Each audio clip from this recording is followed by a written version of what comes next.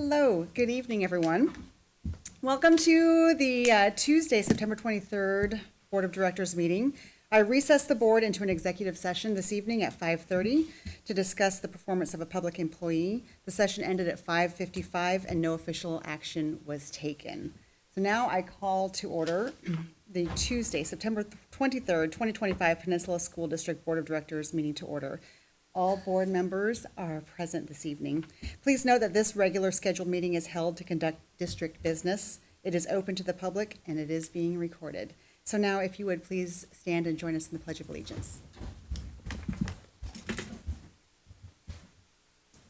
I pledge allegiance to the flag of the United States of America and to the republic for which it stands, one nation, under God, indivisible, with liberty and justice for all.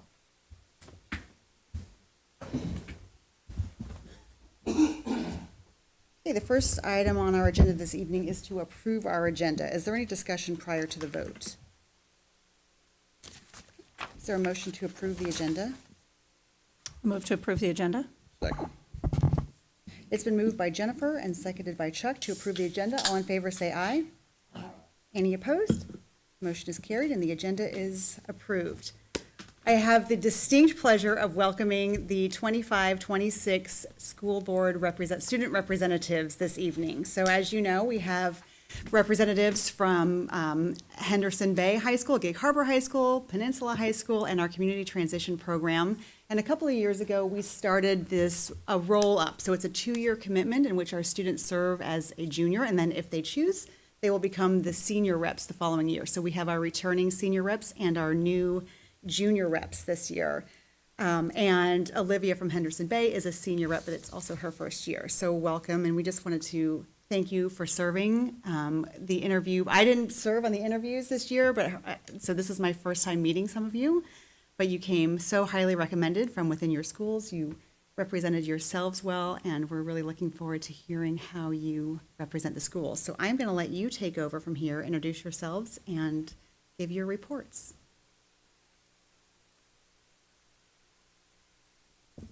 Don't all jump at once. Yes.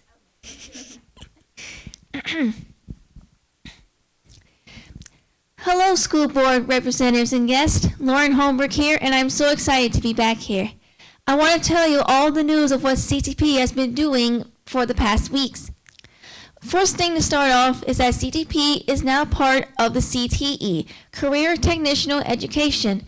It is an education pathway that provides students with academic, technical, and real-world knowledge.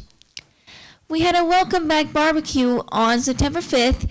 We invited our friends from the University Place CTP program. We played games and got to know each other. We will meet them again on October 3rd at Titlow Park for kickball and a beach walk. Our program is making Play-Doh for University Place preschool programs as well. They say we make the best Play-Doh. For our Fun Fridays, groups look up places in Gig Harbor or in Tacoma.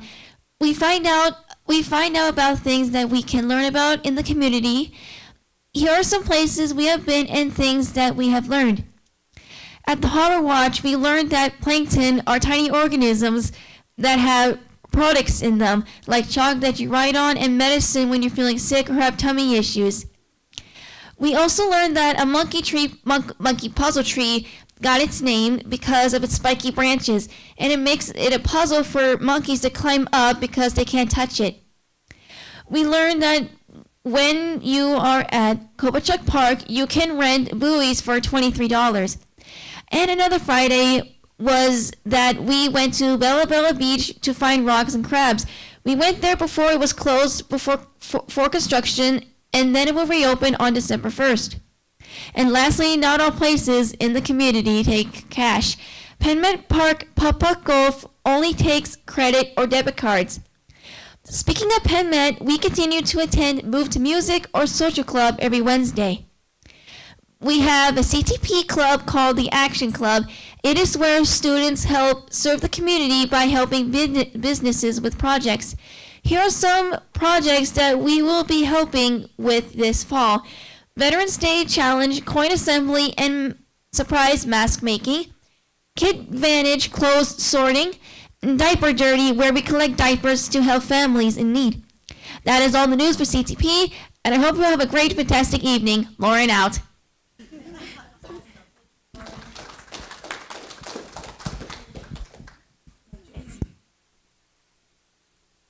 Hello, everybody. I am Sophia Fett, and I'm your junior representative for Gig Harbor High School. And I'm Caitlin Latendris, and I'm the senior representative for Gig Harbor High School, and I'm going to share kind of a bit about what we have going on at the school and with our feeder schools so far this year. So our school is off to a great start. We started on September 3rd, and we have had such a great amount of school spirit this year and participation, especially with our new students. We had a huge freshman class come in, and it's been so exciting to see all of them in the school. We've also been loving our new administration, and many of the students have felt like a really good positive energy at the school. So that's super nice, especially with the start of the year and all the things we have going on in the fall. And then coming up in the next few weeks, we also have homecoming. So our homecoming game is going to be October 10th, and that's the football game. And then the dance will be on October 11th, and that theme is going to be released soon, so it's still a secret. And then along with that, we're going to have a spirit week and an assembly for homecoming. So we're super excited, and it's going to be a super fun time of the year. We also have plenty of fall sports going on, and that's always so fun just to see how many kids get to be involved in kind of those after-school activities. So football's off to a great start this season with a 2-1 record.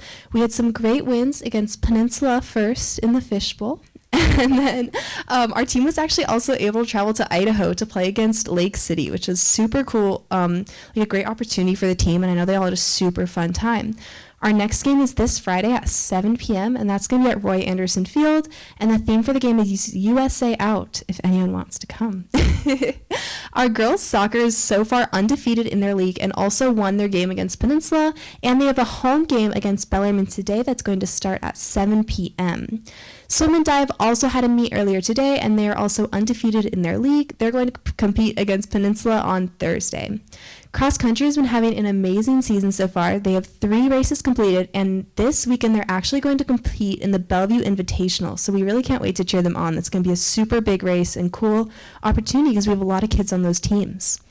Boys tennis has had a great turnout, a lot of participation, and we're also super excited to watch them kind of improve and get a lot of their new athletes kind of excited and into the sport. Volleyball has also been off to a great start with their season. So they have a home match today versus Central Kitsap. Their varsity is going to start at 7 p.m. The theme is Jersey Out, and this is one of their most important games of the season because if they do win, they're going to be ranked first in their league. So we're expecting to have a big crowd there to cheer them on as well. And then for our clubs and programs, so our drone club, which is new this year, they had their first performance last Thursday, and they actually had such an amazing turnout from students and staff, and there's really great advertising it. So that's been so cool to see because, you know, a lot of times new clubs, they have a hard time getting on their feet, but this one's definitely taken off and had a lot of interest. Our other clubs are also starting up for the year, and they have their first meeting soon, so we really encourage all of our students to join, as well as they are holding their officer elections, which is a great time to kind of get into a leadership position. Then, along from that, we have a few schools for our feeder school reports. So those are middle schools and elementary schools that kind of feed into Gig Harbor High School. So starting off with Harbor Heights, they have had an amazing start this year, and they had a lot of things that they're super excited to share. So first off, their VPO is presenting the play Hansel and Gretel on Friday, October 10th and Saturday, October 11th. And they're really looking forward to being able to see their students on stage, as that's such a unique opportunity for those kids. They also wanted to share that Socktober is right around the corner. So every year, their school is going to collect donations of socks for those in need in our own community. And then that's going to last throughout the whole month of October and really help teach their students about the importance of service to others. They're also really excited about this new program they have called Recess Rock Stars, where they're recognizing students who show their recess expectations during the school day.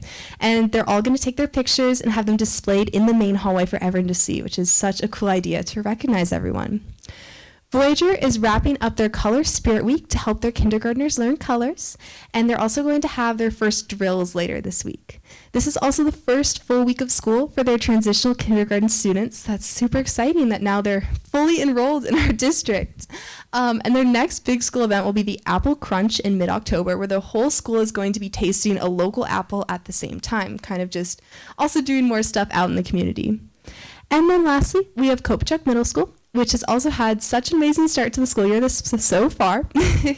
They started off with a couple themes at Cope Check this year, especially focusing on kindness and belonging at the school, and their students have done a great job displaying this so far this year, and they're looking to continue this throughout the whole school year. They also had about 150 kids turn out for fall sports this year, which is crazy. So that's going to be volleyball, boys soccer, and cross country. They've all started with games already, and they've just loved really seeing that many students participated, which is such a good, I guess, indicator of how fun everyone's having at school so far. And that is all I have.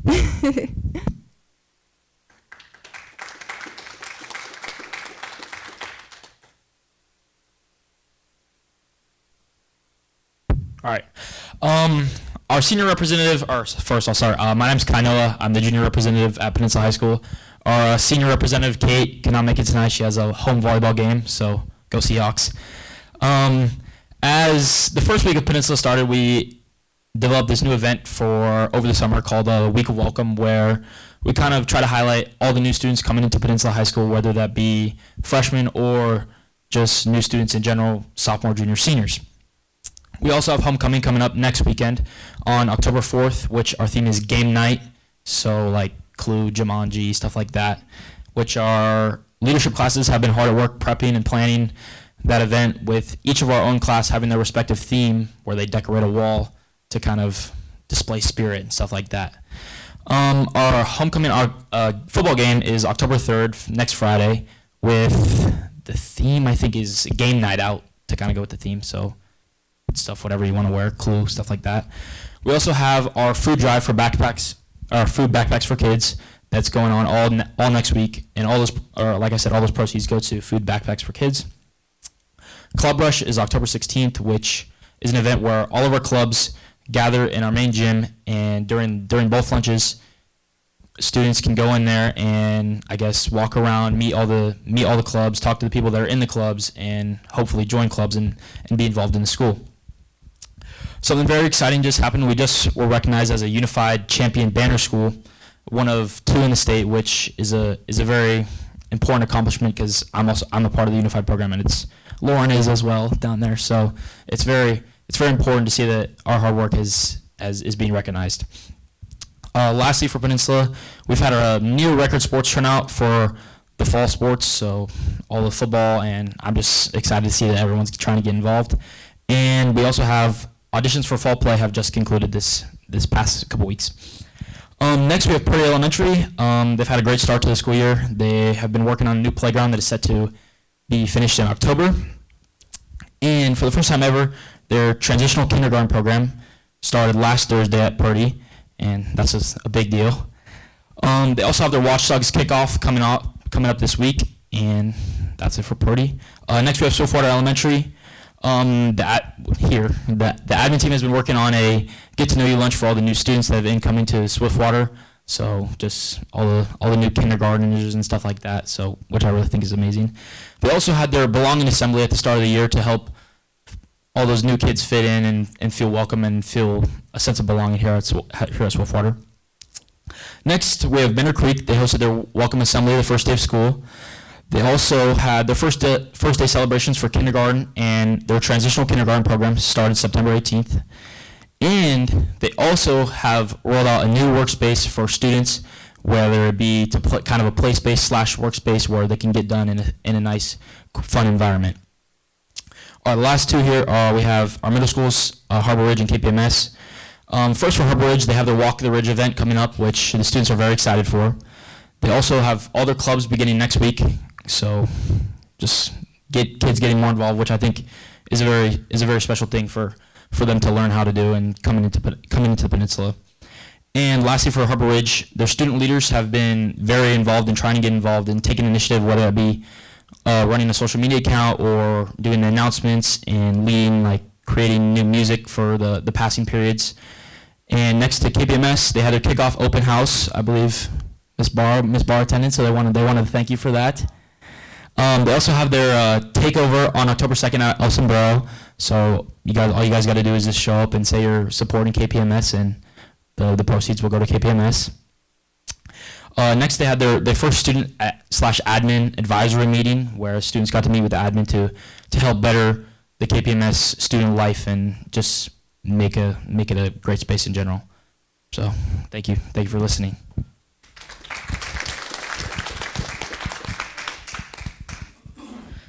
Good evening, everyone. I'm Olivia from Henderson Bay, and I'm here to share some updates about what's been happening at our school so far this year.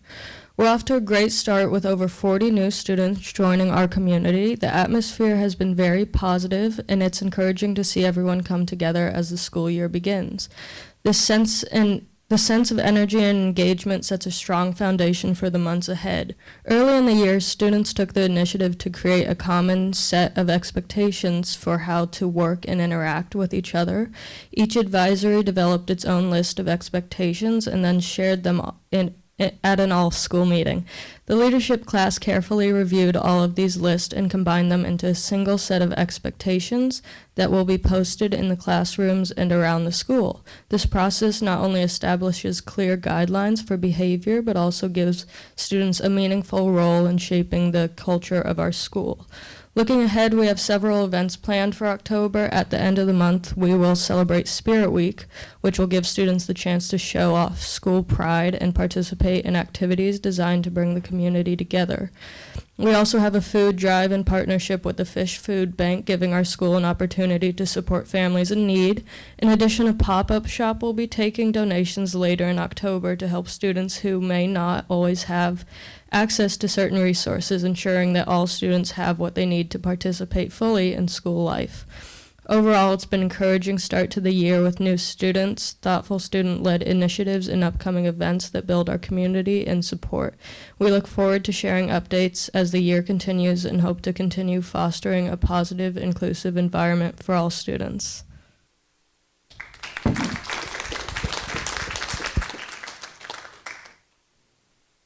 Nice job, you guys. Way to get the first one done. That was outstanding. Do we have comments, questions from the board for our students?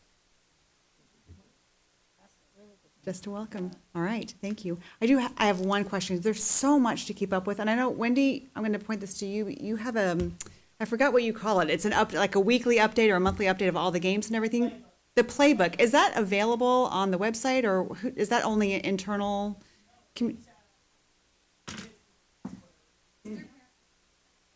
Okay.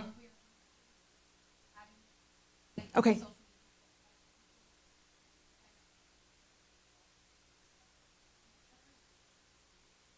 Okay. I would highly encourage everyone to do that. There's so much going on, and there are things that maybe you don't have kids at all the schools, but you're going to want to go see a play or go check out a game or something. So thank you for putting that together. Great job, you guys. Okay, moving on to item 5. These are this is public comment on agenda action items. So we have two distinct comments for two distinct periods for public comment. Excuse me. First is those for wishing to speak on items that we're taking action on this evening, and then there will be a separate comment period for just general items that we are not taking action on. I have one person signed up for item 6, which is recognition. We are not taking action on recognition tonight, but I feel like we haven't been very clear about the changes in that. So Michael Perot, you're signed up. We'll go ahead and just call you up now. And then in future meetings, the first comment period is only going to be for something that the board is taking action on. And then anything that we're not taking a vote on will be at the second comment period. Sounds good, thank you. Thank you. I'm Michael Perot with the Gig Harbor Peninsula Youth Sports Coalition. This time of the year, the fields start getting used again with all the activity going on and whatnot. And everyone is always disappointed with the condition of the fields. It's really disappointing. There's been a whole summer to deal with out here holes that kids have dug in April. They're still out there as ankle breakers. There's still tree roots growing into fields. The fields are so overwatered that there's mushrooms regularly growing in August in fields. There's wet spots that they have to be mowed around.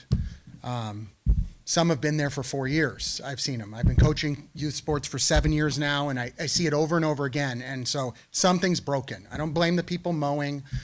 It's a leadership thing. So looking into it, we did some public records requests, and it was interesting. There's no records on who's mowed what facilities when they've done maintenance. It's just go out, do the work. No costing of work or tracking. So there was no records for that. Work orders, there were about 15 on the 5 fields we requested on over 4 years. So, and I know that they're providing they wouldn't not provide us reportable records. So there's a problem with that. Nobody knows where to make complaints. Let people know when sprinklers are broken. The thing that was really, and I only have 36 seconds, so I'm gonna go fast, but clearly one of the problems is over mowing, not getting off the mowers, and overwatering. Out here in 4 months, 1.99 million gallons of water was used on the irrigation meter at this school. We're averaging irrigation of 1.6 million at Harbor Ridge annually. That's not counting the turf field. I've called in the stuff going in the streets. Nobody does anything year after year. There's millions of gallons at Gig Harbor High School, and at the 3 fields over at Harbor Heights and Goodman, they're using close to well over 5 million gallons of water a year.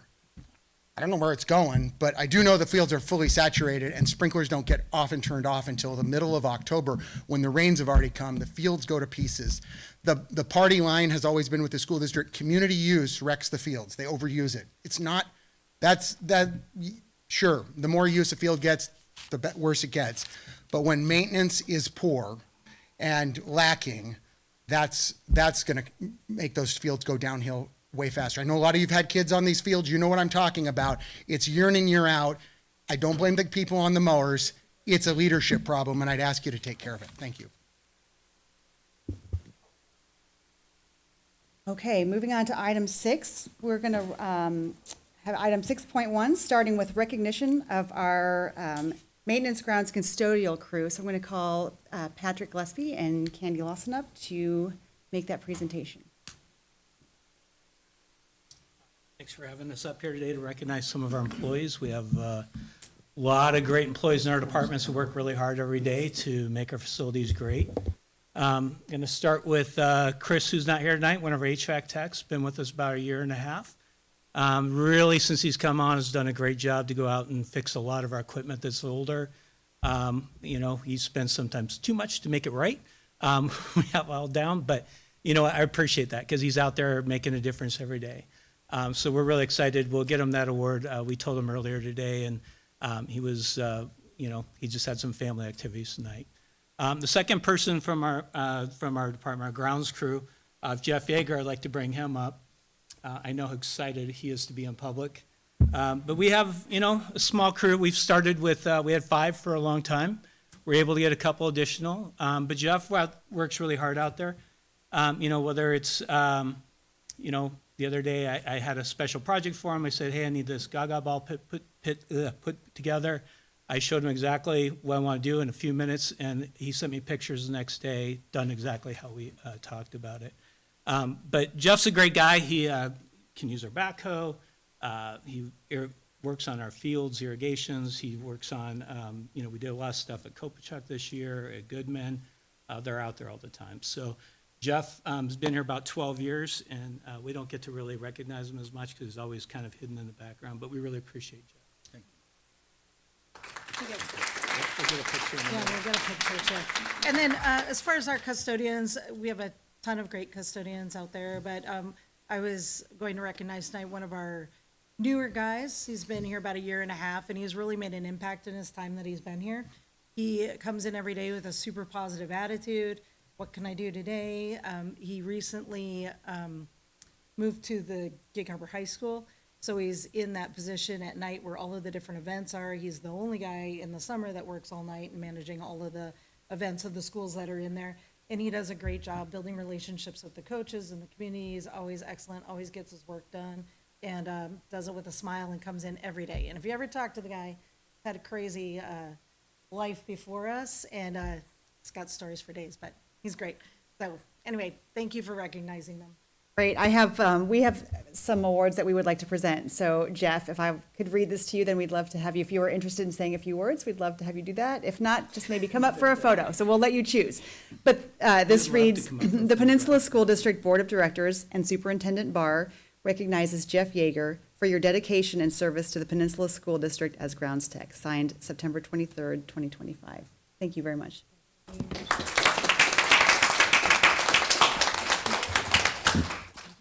Thank you. Yeah, there's your words. There we go. Go get a picture. Oh, sure. Let me go.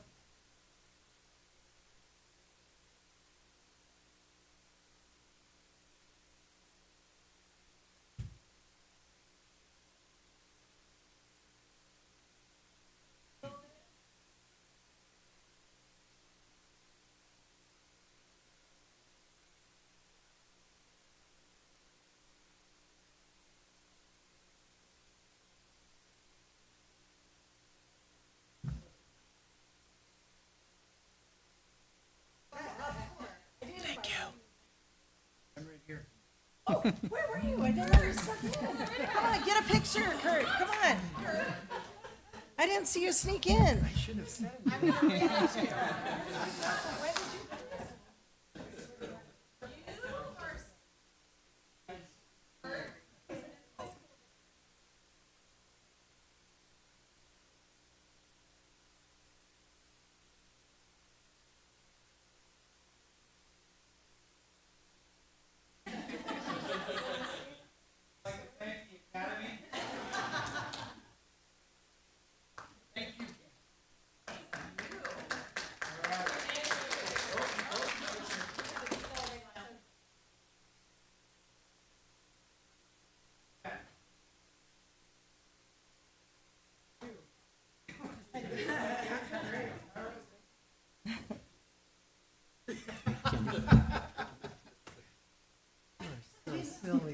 See you sitting there. How'd you sneak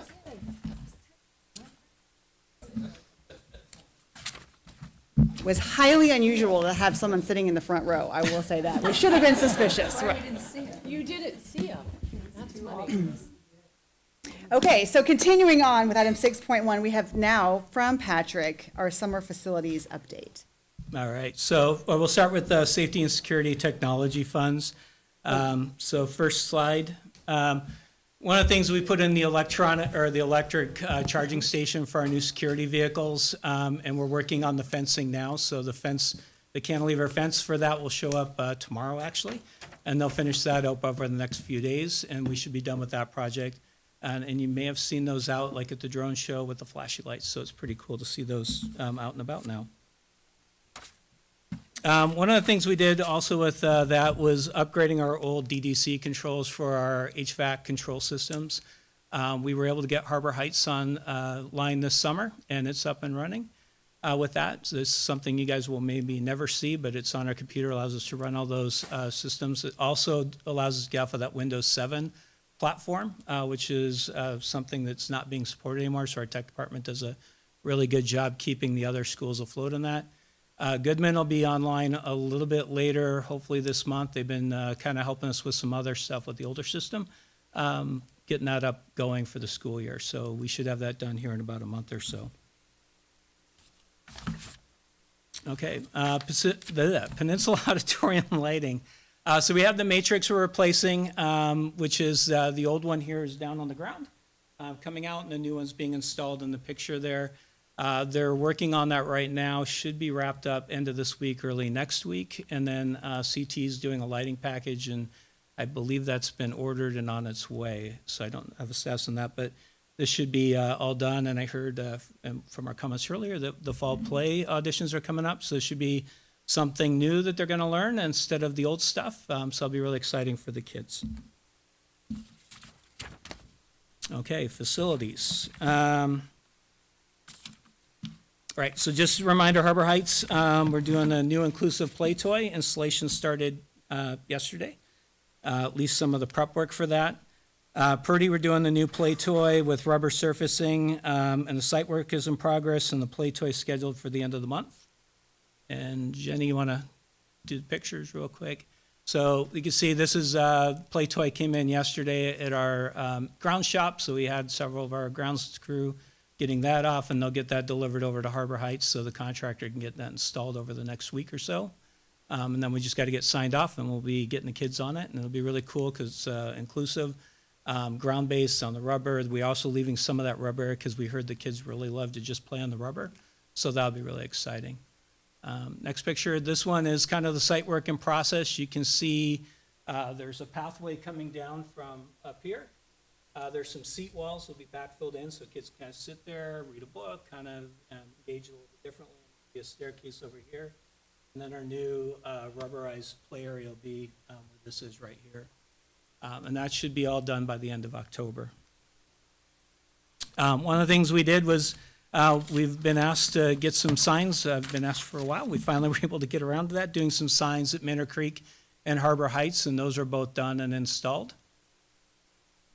Then Goodman, we just got a permit, finally, for that project for LED reader board signs. So we'll be replacing the old, have to go out and put in the letters with the reader board. The reader board is here. Contractor is going to be on site on the 20th, I believe, 30th, sorry, 30th. They'll start digging the hole. Should be done by the middle of October with that project. Aviation Academy, we worked with Kelsey with the CTE just to kind of make sure everything was set up. Obviously, we just did, you know, the rooms and stuff, and Kelsey did all the hard work. I hear that's going well. So just wanted one of those things that we talked about in the spring. Compliance, these are just some of the things that we wind up doing over the summer. All of our staff is, well, we have about 8 to 9 weeks while people are gone. These are all the things that our contractors and our staff are managing out there, so I won't go through each of those. But just kind of remembering as well, next slide, sorry. Just kind of reminding, you know, we were finishing up the Harbor Heights. That was a project that was started last year. That's why we're finishing that one up this year. Purdy, really trying to get some of those in front of some of those old play toys before we have to remove them, getting that done. And then the lower Gig Harbor turf is going to be really exciting for our community as well. Okay, capital projects. Just a reminder, I know you guys all know this, but we bought a bunch of property, which leads into the next slide that we have closed on. And we partnered with Gig Harbor Fire Medic 1, who also partnered with other fire departments in the area. It was really exciting. This was on a Saturday, I believe. I went up there, and they allowed me to get really pretty close to the fire. You know, wouldn't let me go in when they were doing it, which is a little disappointing. But there were a lot of staff there, logistics going on. They were super excited, and they did say they were very appreciative to our board for making this happen. So they did want to say thank you to you guys. So thank you for allowing them to work with me on that. House demo, now that we're done with that, getting rid of these old houses so they're not attractive nuisance. Just a reminder what they look like before. This is a few days ago. Next slide is that they're pretty much down, kind of clearing. They'll be done by the end of the month with all of the stuff, but right now all the homes are gone. Okay, and then Lower Gig Harbor Turf Project, just an update of where that is that over the last few months we worked on the site survey. We've got the geotech out there, got a report on that. We have a pre-app meeting with the city on the 8th of October, where we'll be kind of getting them in, saying, hey, here's what we're doing, and making sure that if there's anything that we need to be putting together, we're working with the city on that. So we're really excited about where we're at on those and the things we did. You know, not really opening any schools this year, so it was a little bit different for me to for a while, where it wasn't a big push at the end to get make sure a school was open. But I'm really excited about these projects. Any questions? Was the field going to have bleachers? The turf field? Yeah. So we're going to be having conversations with the city on that. So we'll be adding some, but they won't be like a massive, it won't be a stadium Right. type bleachers. But But do they'll it- be permanent, or do they have to be, well, I guess. They'll be kind of a larger system, but those are things that we'll be talking to the city about, what our limitations will be on that. Okay. Is that because of parking primarily? No, it's more due, the last time we looked into it, if we got too big, there was bathroom requirements, ADA requirements, all kinds of things. So we'll be trying to see how much seating we can get without triggering some of those things. I assume you've always got a list. So taking care of this list for this summer, what are some of the top priorities on some of the existing buildings? You need roofs on some of the older buildings. There's still several of the older buildings out there. Yeah, there's a few of those. What's some of the top priorities? Well, the good news is we've worked really hard to get most of the roofs to different states where we're, when I first started, it was really roof leaks everywhere. Right. We're down, we still have roof leaks. We tend to take care of those as they pop up now. But I don't have any that we're like going to be doing a whole roof on. I think we'd be looking more at our HVAC systems, our DDC controls, which are really old. Some of our HVAC units are getting up there too. We have some siding issues here and there. There are a few roofs. It's just kind of, you name it, anything could be done, but every so often what happens is something will pop up that was unexpected that, like last year was the pool, right? We weren't expecting that to be an issue. That was way more complicated than any of us kind of thought. And it chewed up a bunch of money, and it funneled money into Peninsula. Again, lots of money gets funneled in there for unexpected things. So yeah, we have a list, and sorry, I haven't wrapped my head around that yet, just kind of getting through this, but there is a lot of things out there, and we look at each of those each year. Ashley and I, we look at the budget, we look at what's out there, what's important. We try to do some fun stuff too. But yeah, there's a lot of things, and it's not going to get any easier with some of the compliance stuff out there with the Clean Buildings Act and things like that are just unfunded. So I assume Peninsula High School is probably one of our highest maintenance buildings. it has been for a while. Yeah. It tends to take a big chunk of our budget. It's been a little bit less the last few years. But yeah, there's, Manor Creek still has some things out there that we want to get taken care of. Discoveries, some of those buildings are getting a little bit older. Did you mention the But Clean they're Buildings still Act? functional. So what's that, David? Did you mention the Clean Buildings Act? I know that we've been talking about that for well over a year now. Mm-hmm. I know it got pushed back for a while, but what's the status on that? The latest status on it?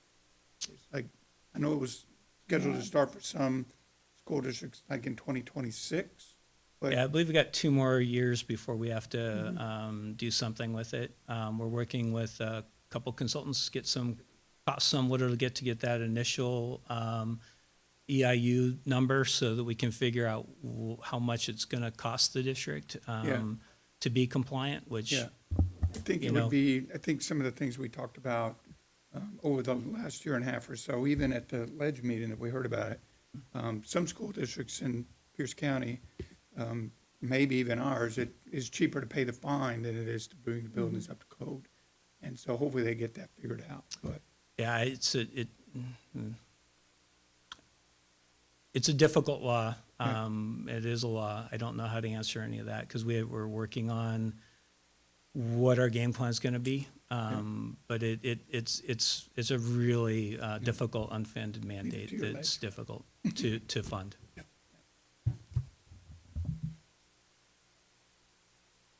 How about from students? Any questions about our facilities update? No? Great. All right. Thank you. I appreciate it. Thank you. Have a great day. Okay. Item 6.2, we have an update on our harassment, intimidation, and bullying, I would say the task force, probably, from Julie Schultz-Bartlett.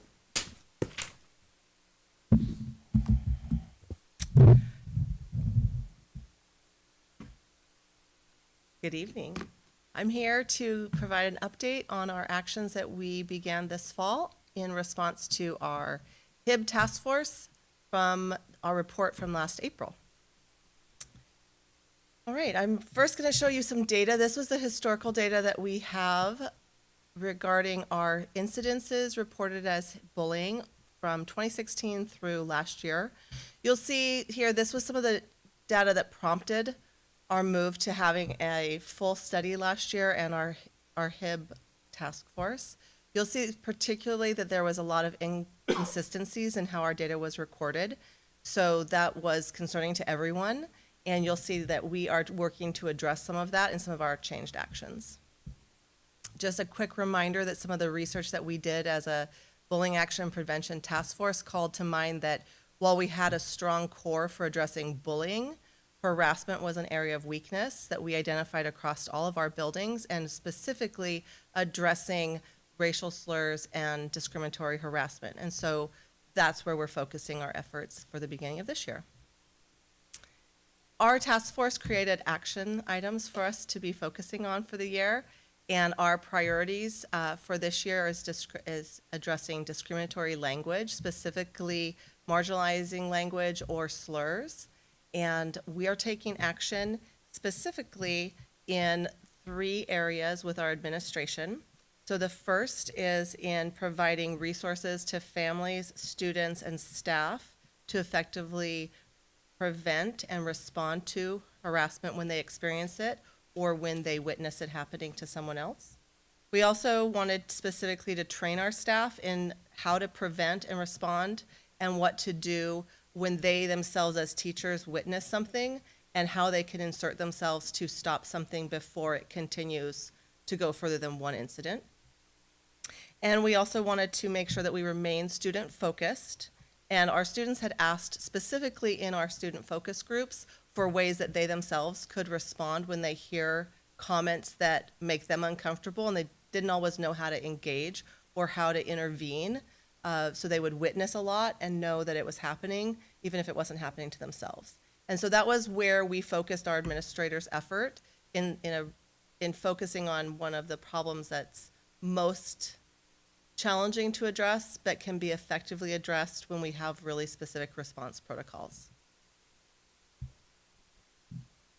So the first thing we did was in August, we had training for our principals. And during that training, we asked our principals to specifically work on ways to teach and train their staff in how to respond when they hear discriminatory language or harassing language. It's a really bite-sized chunk of action item. However, it is, in our district, something that was coming up repeatedly last year that we really needed to address. And so although it's just one small focus area on harassment, intimidation, and bullying, it was also where we were finding our biggest concerns last year. So our administrators worked together to create a lot of slide decks that they were training students in and training staff in. This is a sample of what was used across our district. I just picked 4 slides randomly from a shared file that we all have to access. So we were collaborating in that. We also were we were using this to explicitly teach teachers as well as students in how to respond when someone's using language that is discriminatory. The number one thing is to say something along the lines of stop. That's not what we do here. And then to report that. Those are the primary steps that we need everyone to understand how to do. Staff were then trained in, that's okay, Jenny. Staff were then trained in specifically how to respond to an incident during our August training. Our administrators led that. We're using an acronym called PEACE. It's from the Anti-Defamation League. It stands for, so you're supposed to prepare to respond. The same thing you would do to prepare to respond if there was a fire in your building or any other emergency. This is preparing in case you witness something that is discriminatory harassment. So in this case, it's prepare. Ask yourself questions. How are you going to address this consistently? Encourage reporting. So you saw from that initial slide that we had some variability across the years in what was reported. We've made it very clear that when this happens, we encourage you to respond and also to report. So, for example, if something happens in your classroom, rather than address it quietly and walk away, we want you to address it clearly and report it so that we're able to gather data as well as victims know that we're doing something. We want you to act quickly. So what strategies can we use to act quickly when we see something? A lot of that is feeling confident in the way that you can address a student who's maybe doing or saying something that is discriminatory. We were able to train our teachers as well as our students on that. Communicate clearly. So something that we heard last year was that sometimes parents would hear about things from kids before they heard from an administrator. So what is our protocol for calling both sets of parents that are involved? And then the last step is educate and heal. What resources do we have and what do we need to do to accomplish some of the restorative work? Because we know that when a discriminatory incident takes place, trust has been broken to the entire system. And while we definitely need to stop, reset, we also need to find a way for both parties to re-enter the school system. So what does that look like? And it looks differently at each of our grade levels in our buildings. Some of the tools we pulled together from different resources, and these are tools that our educators have access to and our principals looked at specifically during their initial training. One of the largest needs that was mentioned by our administrators were resources to commonly address some behaviors or language that was being used maybe in a joking or a mocking way, and our teachers would know that it hurt someone else, but they wouldn't know how to intervene. Particularly it was racialized language, and they were a white teacher who was feeling like, I don't know how to step into this space and explain why we shouldn't use that language. The Anti-Defamation League has these two resources, the Responding to Hate and Bias at School, as well as for middle school and secondary, responding to bias incidences in the classroom. Those two resources are teaching resources, so they're intended for teachers to be learning skills to be able to address. There's a lot of scenarios, a lot of what ifs in these resources, and so administrators are able to use them in multiple situations, either with the teacher or sometimes with families or sometimes with students. So there's, if the ADL one, for example, the white one that you see there is essentially, if you hear this word, here's how you address it. If you hear this, here's how you address it. If someone says this, this is how you address it. This is why it's not appropriate. This is what you should do. This is what harm was caused to the person. And then here's steps to remediate it. How that is useful is there are times where our own bias or our own understanding won't know why something's hurtful. And someone might come to us and say, well, that hurt me. And from our perspective, we don't always understand why or know why. And it's a very useful resource to be able to look up what happened and the history of maybe a word if you don't know, or to use it with a student to explain when you don't have all the language to be able to explain. So it was one of the largest areas that our HIB task force asked for is consistency across all buildings to use a common resource to specifically address something, so that it wasn't maybe one building had an educator who was really good at addressing one kind of scenario, but that you can't take that person and hop them through 17 schools. So we needed something that was common. And this provides us a researched common template for all of our educators. And a couple of our schools were already using these resources, so that was not new to them, but we shared it broadly. And then we also have Character Strong, which is our secondary curriculum, and they have specific lessons on building community, belonging, and addressing harassment, intimidation, bullying at secondary. And then we do have Second Step, which is what the elementary students use. Okay, so the next part that was from our guiding actions was our last bullet there. That line, I know it's hard to read, specifically asks for common systems of response throughout our policies and procedures being used in every single building. What was found during our task force, as well as during the HIB program review, was we had really inconsistent practices across all buildings, and things were handled very, very differently. Also, our rights and responsibilities handbook that students had for last year wasn't adequate to explain where we stood as a district on specific issues, and didn't even contain all of our policies. So the rights and responsibility handbook has been completely overhauled. It went from 34 pages to 75. So that is probably not something you're going to sit down and read in one setting. I've read it many, many, many times. All of our policies, you've been updating policies. As you know, we keep coming to you saying this is another critical policy. We need to come in line with what our laws are saying that we need to do. So our most critical student policies around discipline, harassment, intimidation, bullying, all of those have been updated and are current in our handbook. And so now there's one handbook that is being used for all 17 schools. Last year we had 17 handbooks. That was not effective, and it didn't meet our need for consistency across our district. So we have one now that all buildings will adopt. and then buildings will individually have some procedural handbooks. So how do you call in an absence? That's by school, right? That depends on the phone numbers, the protocols they use. High school is very different than elementary. How do you do parent pickup and drop off? What do you do about lost lunches, whatever? Those are procedural handbooks for the buildings. They all still have those, but we have one district rights and responsibilities for all schools. And so that is done. We've adopted it. It's been signed off. It was put into action in September. Kids were trained on it, so that's set. With that came one of the most crucial updates when we updated our discipline policy. You'll remember we updated our discipline policy to fall in line with the revisions from the WAC. And one of the most crucial updates of that was having a behavior matrix, which was called for in a WAC policy a few years ago.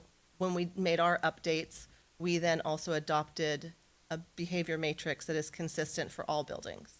So this is in line with all of our neighbor school districts as well, and it meets the legal requirements for every kind of suspensions or not suspensions or grade level changes and so forth. So this is a tool that parents can look at to understand like why a discipline choice was made.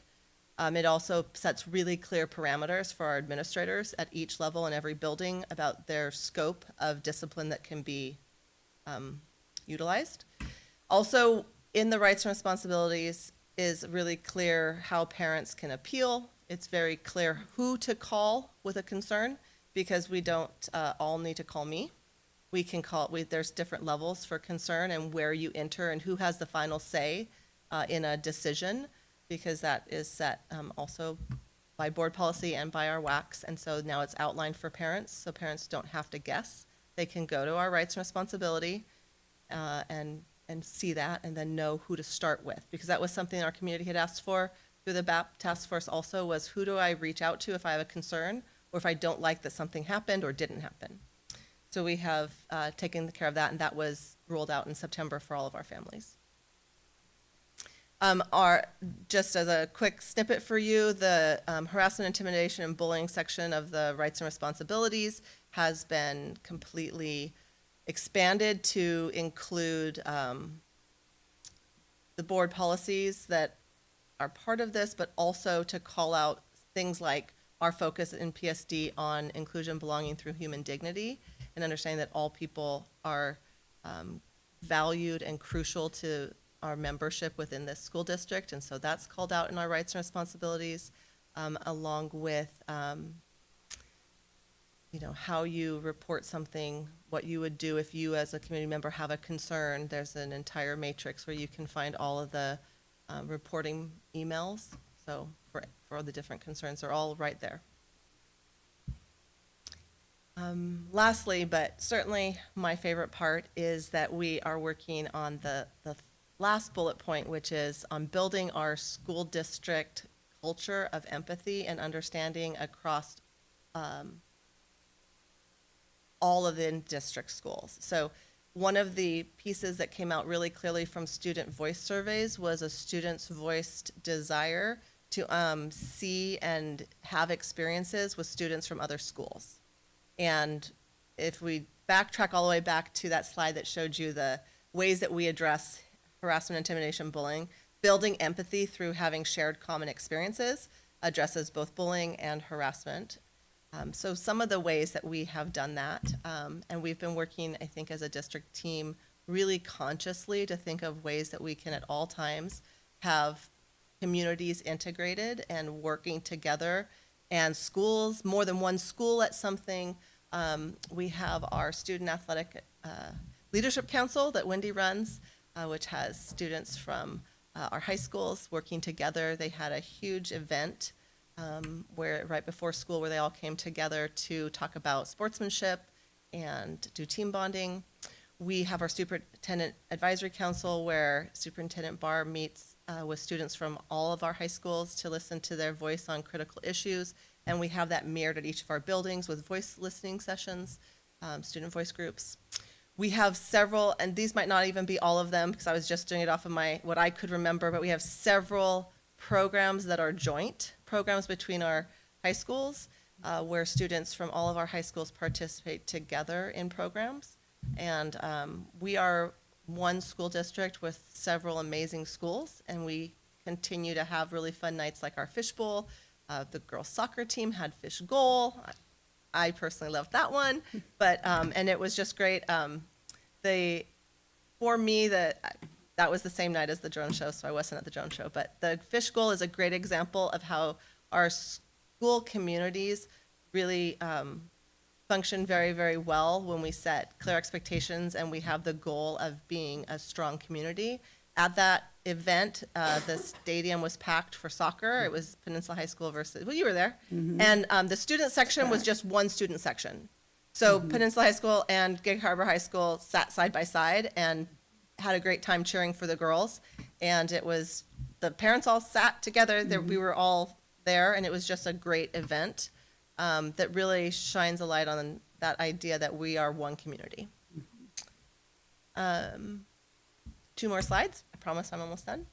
The last part is our cabinet knows that student achievement can only happen when we have a true deep sense of belonging, and we understand and value that belonging and inclusion are core members, are core features of our strategic plan. We're reading the book Belonging Through a Culture of Dignity, which focuses on the value that every single person brings innately to schools. Specifically, this is about schools specifically, but we can branch them out into any part of our organization. And so we're reading that as a cabinet and talking about how we live that message that all students feel a deep sense of belonging in our building for who they are, not necessarily for what they achieve only. We value their achievement, but we also value them as people. So you don't have to achieve something, a big award, to be valued. We can value you because of who you are. And okay. October is Bully Prevention Month. We will be screening, we saw there was a screening already for upstanders during the symposium recently, but this will be shown in all of our buildings. This specifically addresses a concern also that came up during the HIB task force, which was the cyberbullying that takes place. That is a major need that we need to address. So we have this to do some education. All of our schools will have that. In our rights and responsibilities, we've called out some specifics around what cyberbullying is. There's some more specifics about cell phone use, and that is also in our rights and responsibilities. We will be tackling that as well as a building, but right now we're targeting that first one, which is discriminatory harassment. And I think that's it. Any questions?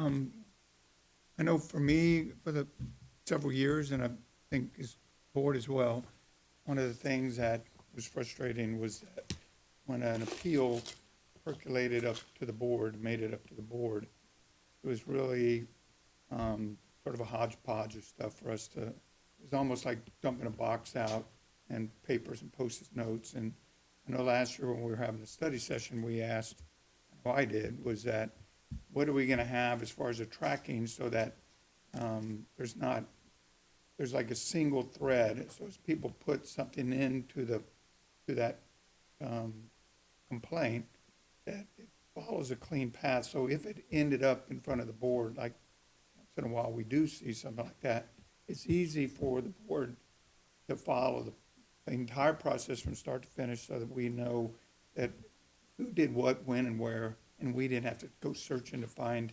information. And we sort of asked, was there an online portal that the complaint would go into, and then after that, anyone that touched that complaint, it would show on a timeline. So have we reached that level of, we can do that? I think you're speaking about the Nav 360 that we rolled out last year. So during last year, we introduced a online portal called Nav 360, which does all that tracking. And so we've been using that for the last year. All of our administrators are trained in it, and we've been using that. We also have different times where we've gone over chain of evidence with our administrators and students' due process rights for ensuring that there are student statements, and all of those pieces have fallen into just the general investigation. But specific to harassment, intimidation, bullying, we use NAV 360. And I guess it's a good thing that since that happened, I haven't had anything, we haven't seen anything at the board, so that's good news, I would think, so. Well, thank you for that, appreciate it. First slide showed The data. the data. Mm-hmm. I'm assuming that's because of reporting being consistent. Mm-hmm. So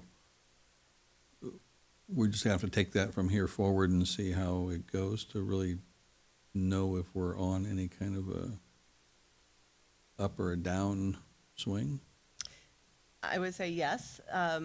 Expectations were set regarding putting all incidents into Power School with a specific code.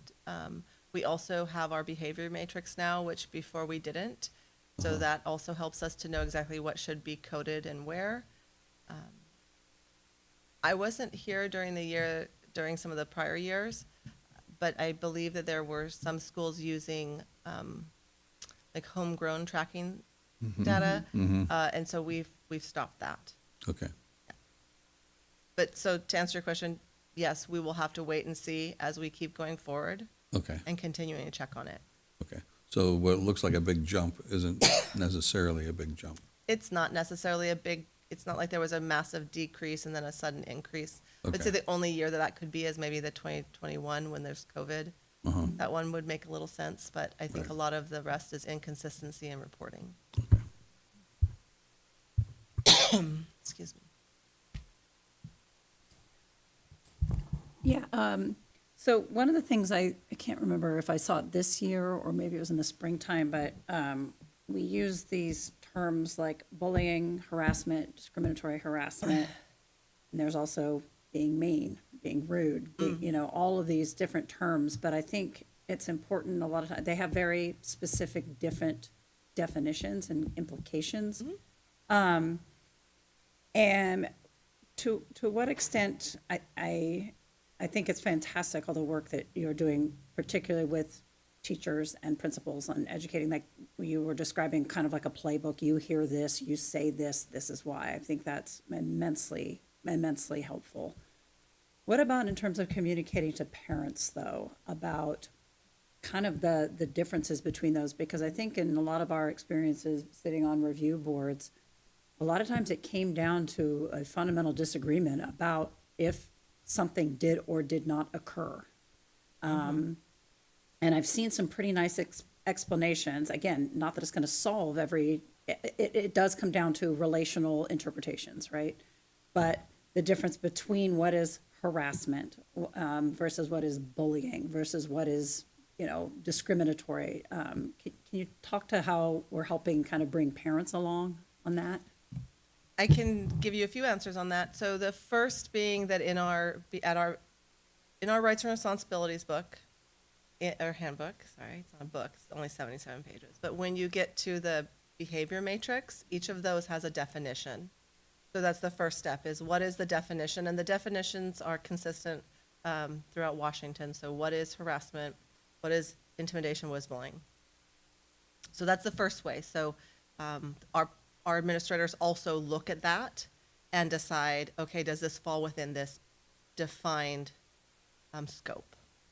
The next way is through that communication, the C and peace, calling and talking about impact versus intent of what happened.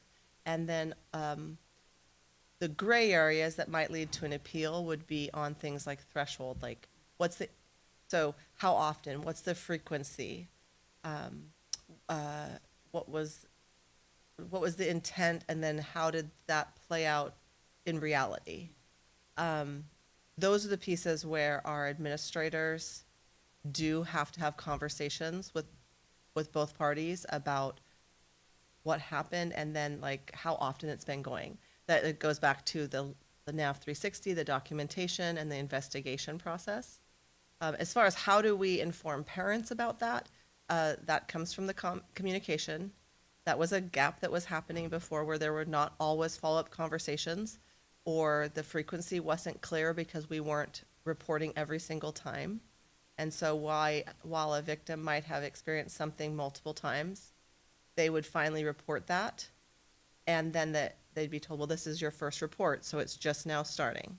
And that can be very frustrating and a really big gap as far as impact.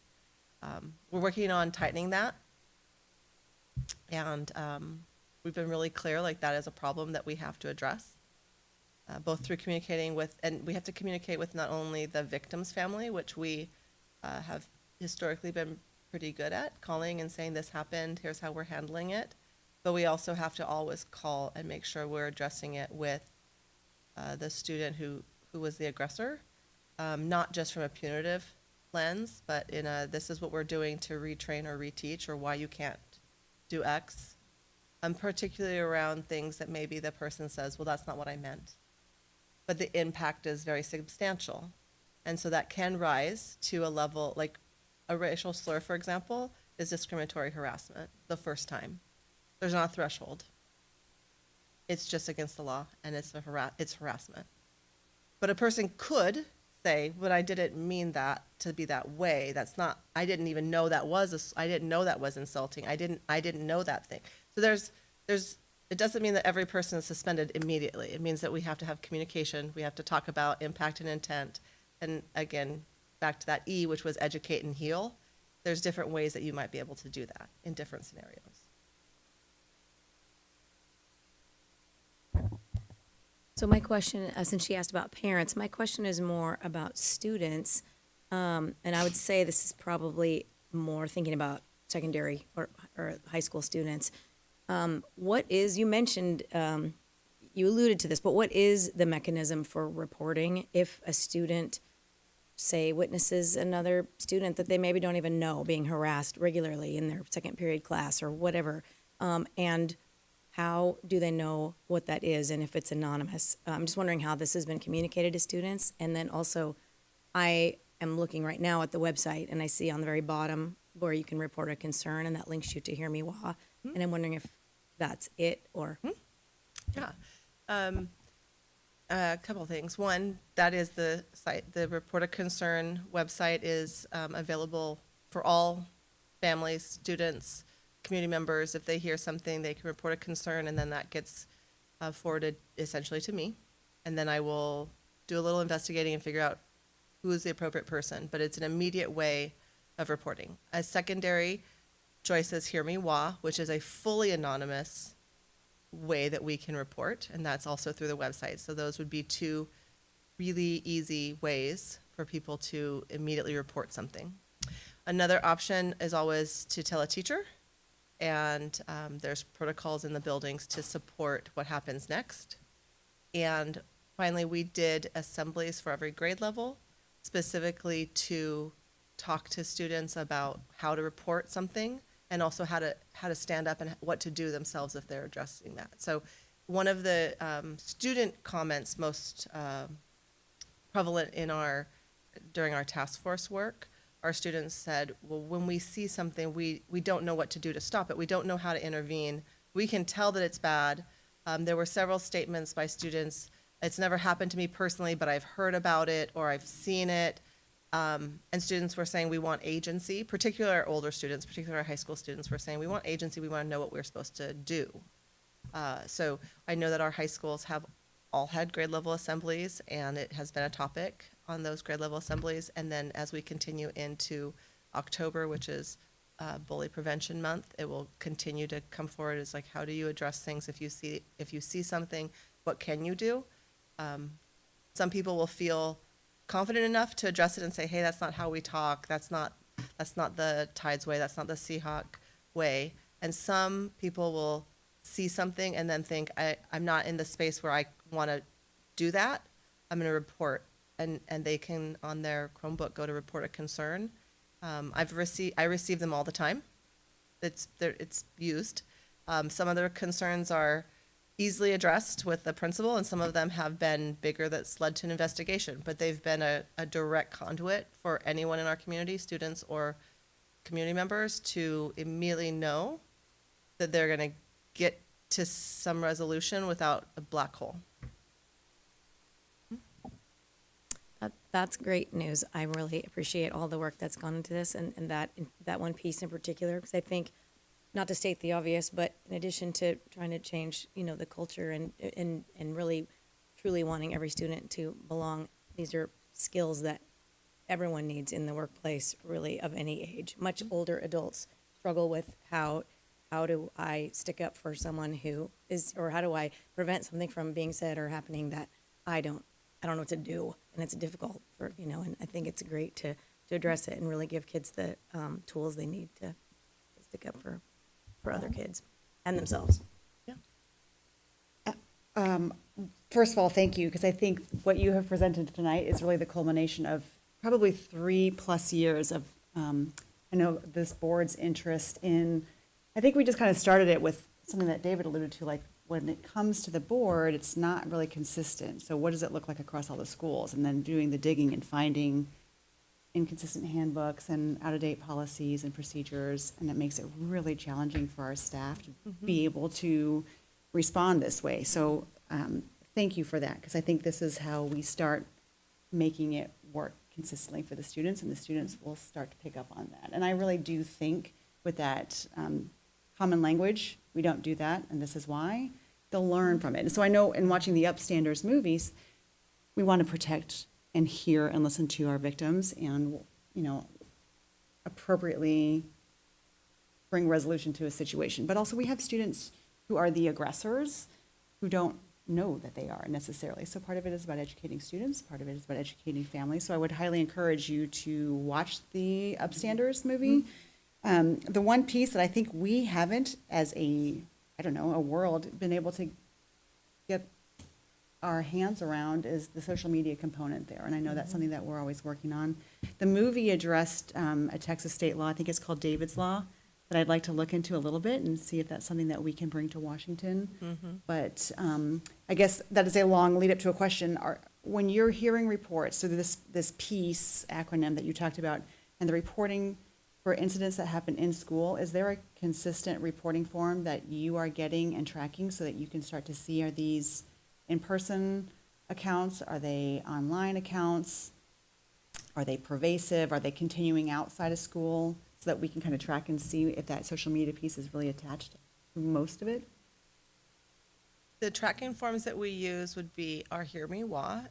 If something's reported that is not Hear Me Wah, sorry, is Nav 360. If something, Hear Me Wah would be how you could report and start a tracking, but we would translate that into a Nav 360 report.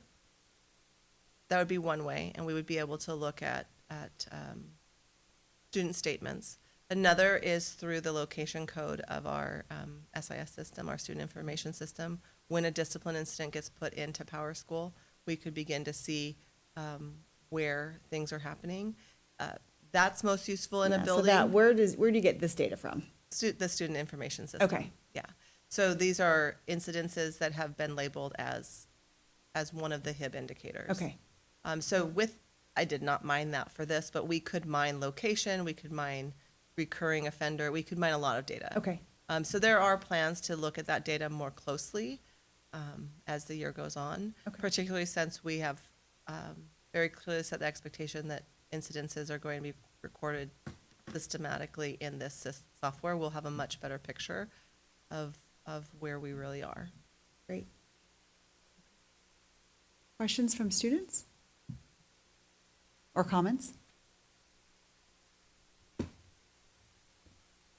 I know already at Gig Harbor High School we had like a dedicated period, like an hour to going over like how to report it, what it looks like, what your teachers can do, what your administration's doing. So it's really like, I think it's already being implemented, especially super early in the year, which is always exciting to hear because it's definitely something that needs to be worked on, especially I think in our like upper level schools, because we are kind of like a role model for the younger students. And especially when we do, like, we love to do collaboration events, like volunteering or different work with the younger schools, and making sure that kind of all of our students uphold what we really want to have in our district is super important, in my opinion.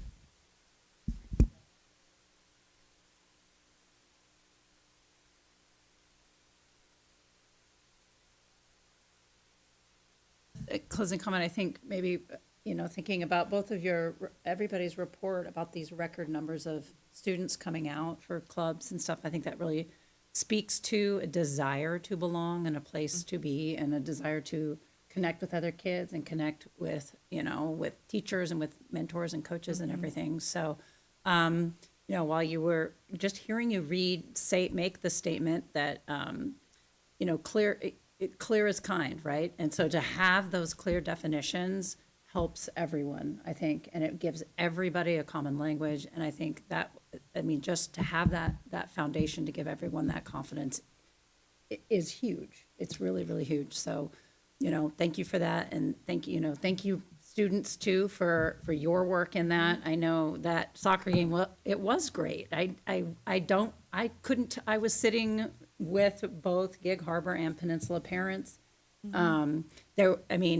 It really did feel like all of them were, district athletes and district students. So the more we can kind of take that and keep replicating it to other events and to other, to our plays, to our performances, to our sports, I think the We better. have so many of those in our district, so many times that the schools come together. So I think celebrating that and then being very intentional about planning is important. And consistency across the district is the number one response of appreciation that our administrators have had, is that they have really clear expectations, guidelines, and that it's not ambiguous, and that they know what's expected within a specific range. And so it's always easier to operate when you know that. Okay, thank you. Okay, we will move on to item 6.3. This is our monthly enrollment and budget update with our CFO, Ashley Murphy.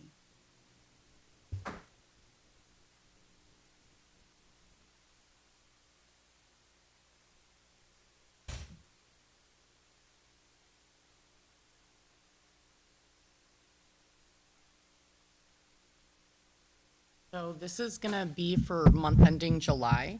So this doesn't quite get us through the 24-25 school year yet, but it gets us up to basically the start of August. In prior years, I have provided a bunch of information in regards to the fact that we are an accrual-based school district. So this time frame for finance and business is a very busy time frame because we're operating in 2 different years as we accrue back expenses or revenues back to the prior school year, in which expenses were incurred or revenues were earned. And so we see a lot of fluctuation in both our expenses and our revenues over the course of September and October, but for the months of August, because when we accrue back, that's the month we're hitting. So as we go through this data, just keep that in mind, because this is a snapshot simply as of July 31st. But there's things like curriculum adoptions, that the expenses, even if we pay the invoice in the month of September, we move it back to August because the expense was incurred, the goods were received during the month of August. So it goes back to accounting principles. And so as I present next month on August, you're going to see that fluctuation. There tends to be larger jumps in expenses and revenues received, because any grants that we claim that are 24-25 grants in which revenues were earned or expenses were encumbered during the prior fiscal year, we're going to accrue those revenues also back to the prior year. So there's going to be swings in both ways. We'll go ahead and start with our revenues for month ending July 31st of 2025. You can see that we're currently sitting just under 93% of our anticipated revenues being collected as of the end of July. The month of August brings with it 10% of our overall apportionment payment from the state. So that is basically what our apportionment schedule payment is for that month. So we can expect that 10% to have come in at the end of August. It did. They fully fulfilled their IOUs, and so that is positive. Local sources, you can see we're currently sitting at about 102.5% for year to date as of July 31st. State resources, we're currently sitting just under 91%, and our federal resources to date, we're sitting currently just under 80%. Federal, you see a larger swing during the summer months with those accruals for grant claims in September and October, where the revenues were technically earned during the 24-25 fiscal year. Let's go to the next slide, which is our expenditures, and we're going to go ahead and we're going to start with our green semicircle. So if we were a cash-based district, I could tell you that our ending fund balance would be approximately 9.6-ish%. Now, anytime I accrue expenses back to the prior year, that's going to drop that ending balance. So for a snapshot in time, it looks positive. 9.6% is obviously much higher than the 4 to 6% board goal. But again, as we push those expenses back, that's going to lower. Our projected year-to-date expenditures, we were anticipating to be at just under 93% for month ending July 31st. We're currently at 93.6%, so we're tracking closely there. Salaries and benefits, we're currently about 1.5% under. And basic education, so total dollars out the door for basic education, we're about 0.3% over where we anticipated. So ultimately, we're trending right at budget. If you look at the next set of graphs, there you go. Okay, so this one tells you where we're trending based upon the 3 prior years. Solid blue is where we are currently. You saw us go all the way down in June to having a fund balance of just under $6 million, which causes people like me to panic. $6 million is not a lot when your monthly costs for a district are approximately 15 to 18 million.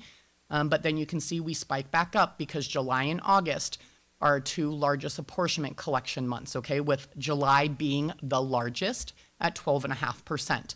So you can see us bank the dollars there, and then we'll drop back down in August with the 10% collection month. Okay, next set of data. This is more of a detailed explanation of costs out the door. The area here that you would want to focus on is your first set of red bold numbers, where it's showing the expenditures over revenue sitting at about $6.1 million, meaning we're spending fund balance, which is what we had budgeted to do to get through the year. The annual budget number sitting next to it, we had anticipated spending down about $5 million more than what we brought in. So we're trending close to that, especially with only August being left for that time period. Again, we're going to get the 10% of apportionment revenues. We'll continue to accrue back our revenues for our federal grants, so that's going to up our overall revenues. And then we'll accrue back expenditures, increase our overall expenditure dollars out the door, with the hope of staying within that 4 to 6% range for year end. Next slide. Okay, so this is showing where the district is trending over as far as revenues go, in which specific categories, and then also where the district is trending over as far as expenditures and where we are under. So you are seeing that we're under on the employee side. So this is certificated salaries, classified salaries, and benefits, and then you can see we're over in the other purchase services or MSOC areas, with the largest value being under purchase services. Individuals that have heard me talk before, I talk about the fact that a lot of our contracted special education staff, so what we consider our ESAs or OTs, PTs, SLPs, school psychs, some nursing staff, this is the line item that we end up having to hit if we're not able to secure employment with employees directly, and we have to go through a staffing agency. So then what ends up happening in that situation is you're leaving dollars on the table in the certificated salaries and benefits area, and depending on the position on the classified side. And then you see an overspending in the purchase service areas. You don't budget to spend it out of purchase services because ultimately we owe it to our bargaining partners to try to recruit and hire first, hence the reason you see that reversal there. Okay, next, I wanted to talk enrollment because we all know this is the largest driver of our revenues. So September is simply a snapshot. Our actual count month that a lot of our both state and federal revenues, our poverty percentages, a lot of our drivers actually come from your October count.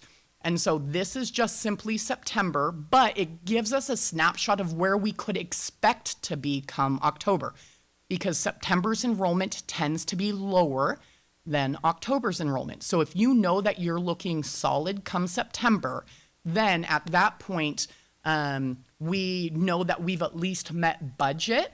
And then at that point, we can wait for that October count to see where we're actually going to be. So what I've done here is I took a table that was in our budget presentation that Logan had given you guys previously. And you can see our 24-25 budgeted number versus our 24-25 annual average, or individuals in my field will call our AA FTE, so our annual average FTE. Then you see our 25-26 budgeted number, and then what our 25-26 actual is. This is actual for month of September. And then I did two different comparisons because we need to look at this data in two different ways to ensure that we have a holistic picture of what is occurring with the enrollment in Peninsula School District. One of the pieces of data is the variance to our 25-26 budget. So when we budget enrollment, we move all of the grade levels up a grade, and you assume that the students who were in kindergarten, they're gonna be moving into first grade into second grade, and on all the way on up. That's a conservative budget metric that districts utilize in order to ensure that they're not going to over budget enrollment and end up in an IOU capacity with the state, because the state will still fund us based upon a budgeted enrollment from the months of September through December. Districts don't want to be in a position where they're now having to pay the state back in the months of January through August. So we do conservative enrollment roll-ups. Now what I did is I did budget in 150 additional FTE in the high school arena to give us some budget capacity so that we would not deal with cash flow issues come September through December if the enrollment did not show up. And so we need to look at the data in two different ways then. So you have your variance from 25-26 budget to 25-26 actual, which shows us that we're kids in seats K through 12 for September. This isn't including Running Start. This isn't including open doors or anything like that. We're 77 over budget, okay? That is solid because it means that what I budgeted is real now, okay? So even us budgeting in those excess high school students, it doesn't matter in what level you budget them, because a high school student isn't worth more than an elementary age student when it comes to actual basic education dollars, okay? But we're 77 over budget. So our budgeted dollars, revenues that are coming in and our planned expenditures, we're on course now to be able to spend those dollars and not dig ourselves a hole over the year.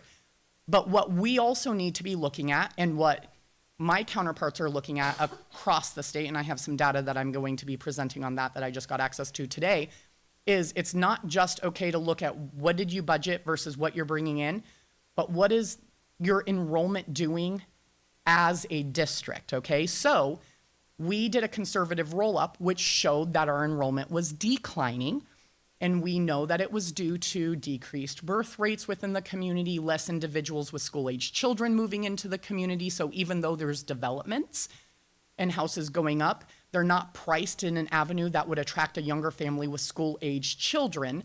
And so we're seeing less kids moving into the district that's securing those housing. So one of the numbers that I want to particularly point out is if you look at kindergarten, we are 24 kids over what we had budgeted for kindergarten for last year. So we are 24 kids, kindergarten students, over where we were last year. It means our overall kindergarten class is increasing coming into the district. This is really positive when you look at a multi-year outlook for enrollment, because if you go down to that negative 101 number, that's the total number of first through fifth grade students that we have decreased from last year to this year. So remember during the budget presentation, I said we were going to hit an elementary student decrease. It came to fruition and we did. Thankfully, it's being netted by an increased kindergarten class, okay? And so overall, we're down 76-ish kindergarten students when you look at total population. We're up in grades 6 through 8 by 57 students. And what I find more comical than anything else is our high school enrollment is exactly the same to the FTE of where we were last year. So we built in capacity there, and those students showed up, and we are exactly, in September, we're exactly where we were for our annual average FTE from last year, okay? And so September tends to be a lower count month, so I would expect for October's FTE, high school FTE, to have increased, and that 0 number to show a positive gain in high school. But it's gonna be through those partial FTEs of our running start students. So overall, the district is down 20 student FTE from where we were last year. You guys, that's extremely positive for me to be able to report out right now. So we belong, for my peers, we belong to the Puget Sound ESD, okay? And so they take care of King County, a good chunk of Pierce County, and Bainbridge Island. So King County, there's 19 districts. 17 of the 19 districts reported annual average FTE, their September count, below budget and below where they were last year.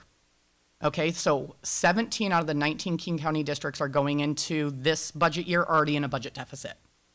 Okay, there were 2 that were above. One of them is a district with 11 students total, and they increased 3 students, so their percentage of increase was huge. And then another one was another smaller school district, but they had more than 11 kids. Pierce County, there's 15 districts reporting up through Puget Sound ESD, and 6 of them are reporting numbers below budget and below where they were last year. 9 of them are technically above budget as of right now. We are the highest, okay? And so total growth, total student growth, Tacoma technically saw more, but they have 3 times the number of students that we do, so their overall percentage was less than ours. So total percentage of growth, Peninsula School District saw the largest growth, if you discount the district that increased by 3 students. We saw the largest growth. That is a really positive thing for us to be looking at. And so then it's driving into exactly where the increases are coming from, what grade levels. Is it truly starting at kindergarten and going through the system? So now we're starting to disaggregate data and determine where our growth areas are. Is it specific programs that are attracting the students? We want to be able to get a handle on that, because ultimately, if we go all the way back to when I was presenting 4 years ago, it was, we need to right size, but when we're right sizing, we need to ensure that we have enough dollars to invest back into programs, because investing back into programs is what will build our enrollment. Building our enrollment is what builds our revenues. And so we're starting to see that come to fruition. And for Peninsula School District to see the largest increase in King, and Pierce County, that's fairly significant. And so they're wanting to know what we're doing in order to grow our enrollment, especially because they know it's not the birth demographics that are increasing our enrollment. And so I just wanted to be able to share out that data. Now, I will report on enrollment again here next month. And at that point, we'll see what our total K-12 enrollment increase was, both from budget to actual, and then also from last year's annual average FTE to actual, to see where it's coming from. Then, in addition to that, I plan to share out more information regarding the specific grade levels and programs that we're seeing the increase that's driving the increased enrollment. Okay, that's what I have. Any questions?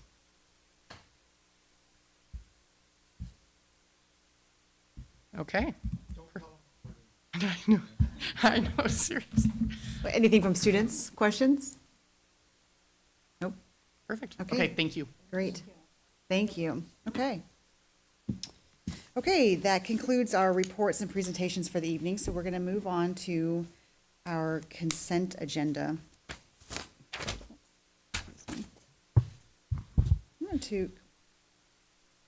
Excuse me. Consent agenda, item 7. Before we get started, is there any discussion prior to vote? I just have one question, and Wendy, I apologize for putting you on the spot here. But in these, this happened last time as well, and I believe it was because there was a policy change that any out-of-state or anything that needs the board approval. Is there any way, because you see, it just feels like it's kind of coming in fragmented in anticipation of all these different teams and clubs traveling to their events they've been doing every year. Is there any way to kind of streamline this, or have you guys been in discussions with that?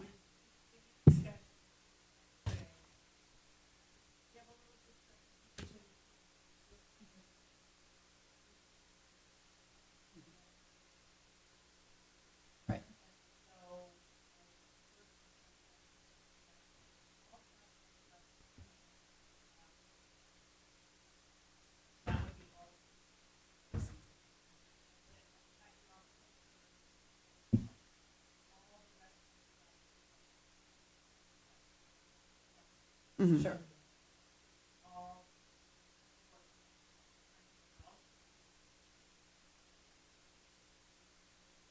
Fantastic, thank you. Appreciate that. I do want to call out item 7.5, which is a donation from Discovery. Do we have anyone from Discovery here, BPO? I thought so.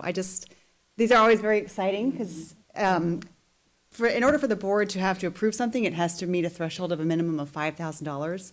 And when it comes from a parent volunteer organization, that to me, every dollar translates into parents' time. So hopefully, I can anticipate that we will pass it, but before we take the vote, I just want to thank you for your time and thank you for your commitment to the school. I don't know what Gaga Ball is. I know all the kids have played it.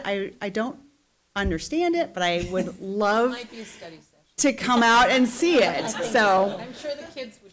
Oh, yeah, okay, Gaga Ball, I don't know, competition, let's do it. Okay, any other discussion? So, thank you. Thank you for being here tonight. Thank you for your time and effort and for investing into the schools.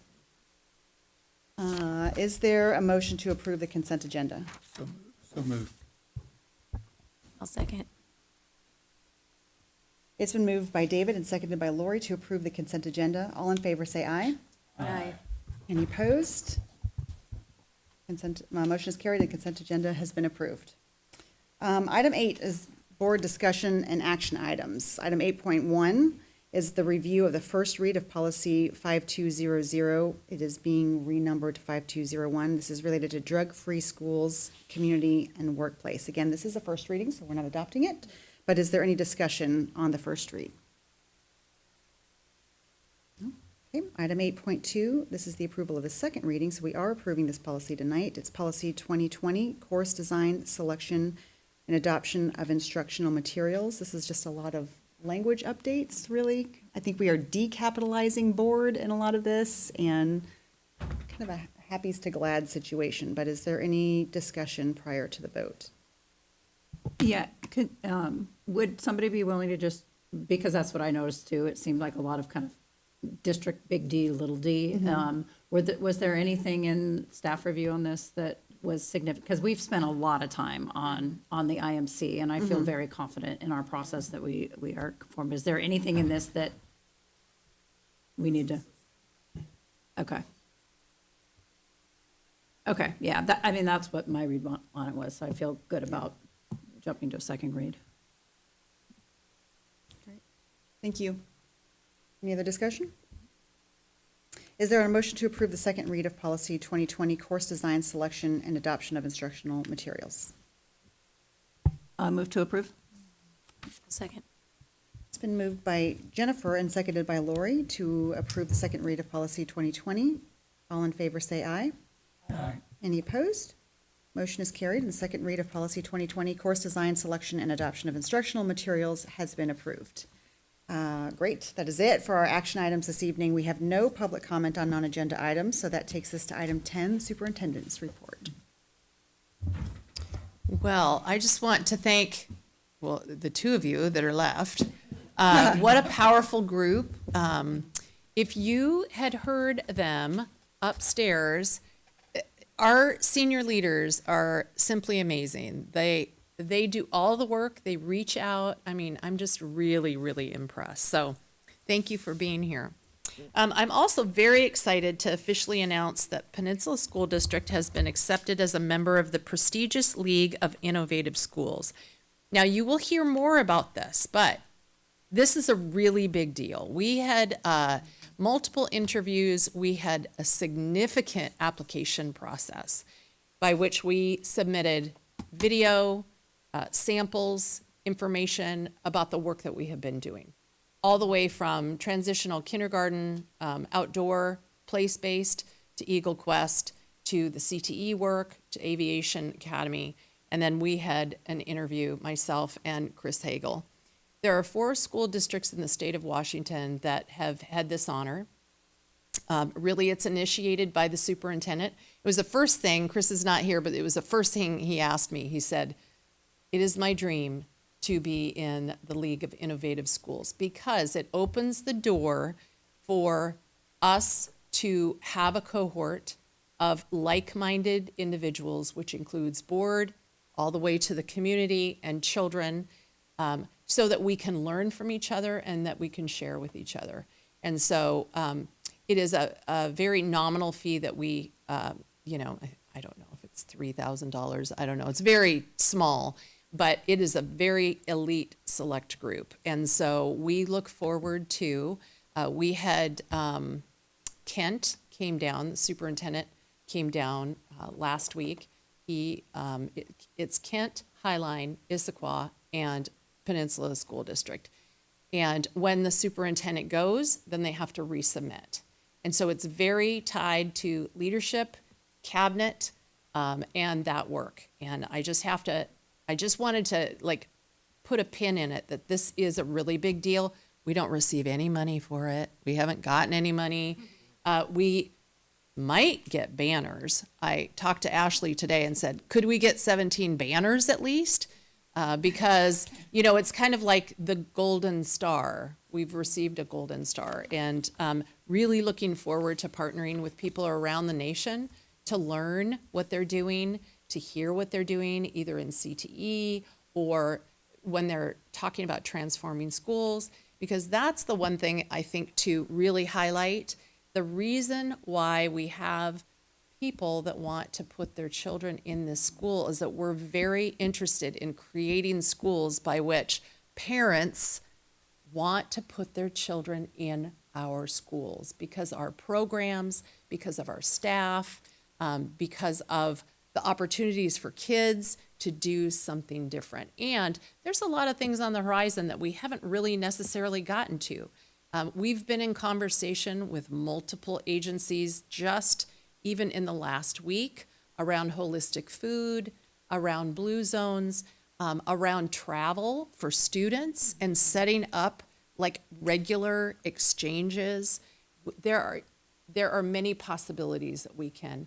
And so being able to learn with others and alongside others, I think is a really wonderful opportunity. So thank you for letting me just brag a little bit about this district because it's all about the work that is happening within the classroom, on the field, in the pool, because that is what creates vibrant communities, is really vibrant and collective communities that say, we're going to invest in our public schools. So thank you. I'm so proud. I'm so glad you're still here. I'm so proud that Peninsula High School has been named an official Special Olympics National Banner Unified Champion School. That is such a big deal. And it was initiated by students. It was followed through by students. And it's just, it really is a big deal. And so I'm just so proud because every time I go to a unified event where it's Gig Harbor and Peninsula with the students, participating, even esports. I'm thinking back to last year when we had the esport team here. Okay, they're intense. There's an intensity there. But just the opportunity for all children to be seen and to belong. And the plans are to really look at middle school. And then I know that Peninsula High School has partnered with Swiftwater, but looking at all the opportunities as well. So pretty exciting. This honor really recognizes the dedication of the PHS staff and, and students. So congratulations to them. I really want to thank all of the staff. Is Candy back there? Did she leave? And Patrick? Oh, okay. Yeah. Okay, there was something banging behind us. I thought somebody was trying to get in. I just have to say, we have such phenomenal staff. What was happening on September 18th and 19th, the Cook Center is an organization that donates for free their resources around suicide prevention. And so they have online versions. So we hosted a Pacific Northwest, including Idaho, Oregon. Well, I invited everybody on the West Coast, but the people that came we had approximately 30 superintendents from all over the region. We had like the State Department from Idaho, she came, and then a variety of different superintendents, all the way from small to very large. And we had an opportunity to tour Pioneer. So we saw Ozbots in the kindergarten class. We saw TK, and we had an opportunity to meet all the staff there, which blew people out of the way, out of the water.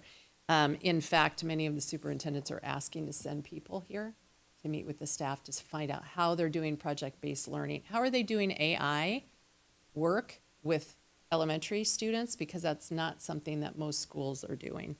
Then we had Aramark hosted our meal, so thank you for attending. They donated that to the symposium because it was a no cost for people to attend. And their food was phenomenal. But what was really cool is that we had culinary students there that were serving, and it was the first time that they were serving. So that was awesome. And then Pioneer hosted us. We had the producer, Sheila, there, who made the Upstanders movie, and she was there from Hollywood. She spoke about the movie itself and the reason why she created this around cyberbullying and suicide prevention. It's a powerful movie, but to have her here, and she was with us the whole day. She went from Pioneer all the way and then stayed for the drone. I think she stayed for the drone. I don't know. There was a lot going on that. But I just have to thank the Gig Harbor and Key Peninsula Suicide Coalition. They hosted the breakfast for the superintendents the following day. And really, we had really intense conversations about leading at this time and how important it is. And we had private schools. We had 2 superintendents that were from private schools. So it was really a wonderful event for leaders in our area. But what I was really proud of, and I cannot say, because I've done this a long time. This is my 41st year as an educator, and I've been, a teacher, a classroom teacher for many years, seen a lot of dynamics, but our team that set up and hosted and took down, they were on point, and I was just really proud. The team was just amazing, and they went above and beyond.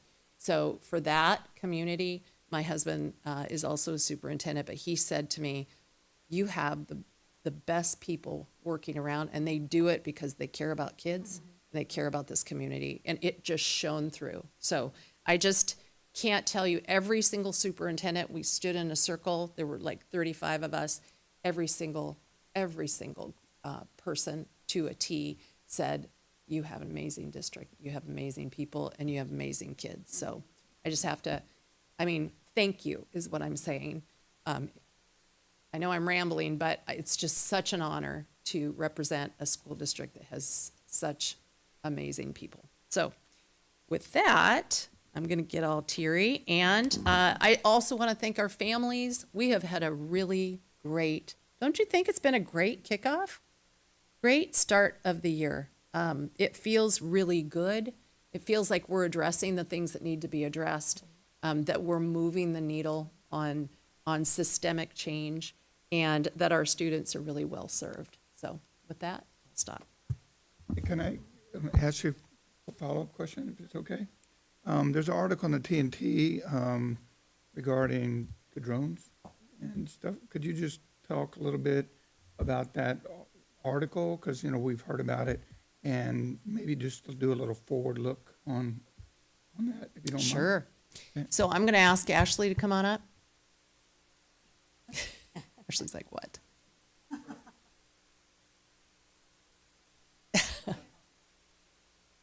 So we have talked about our drone show. If you had an opportunity to attend, we had 300 drones on Friday night. Correct.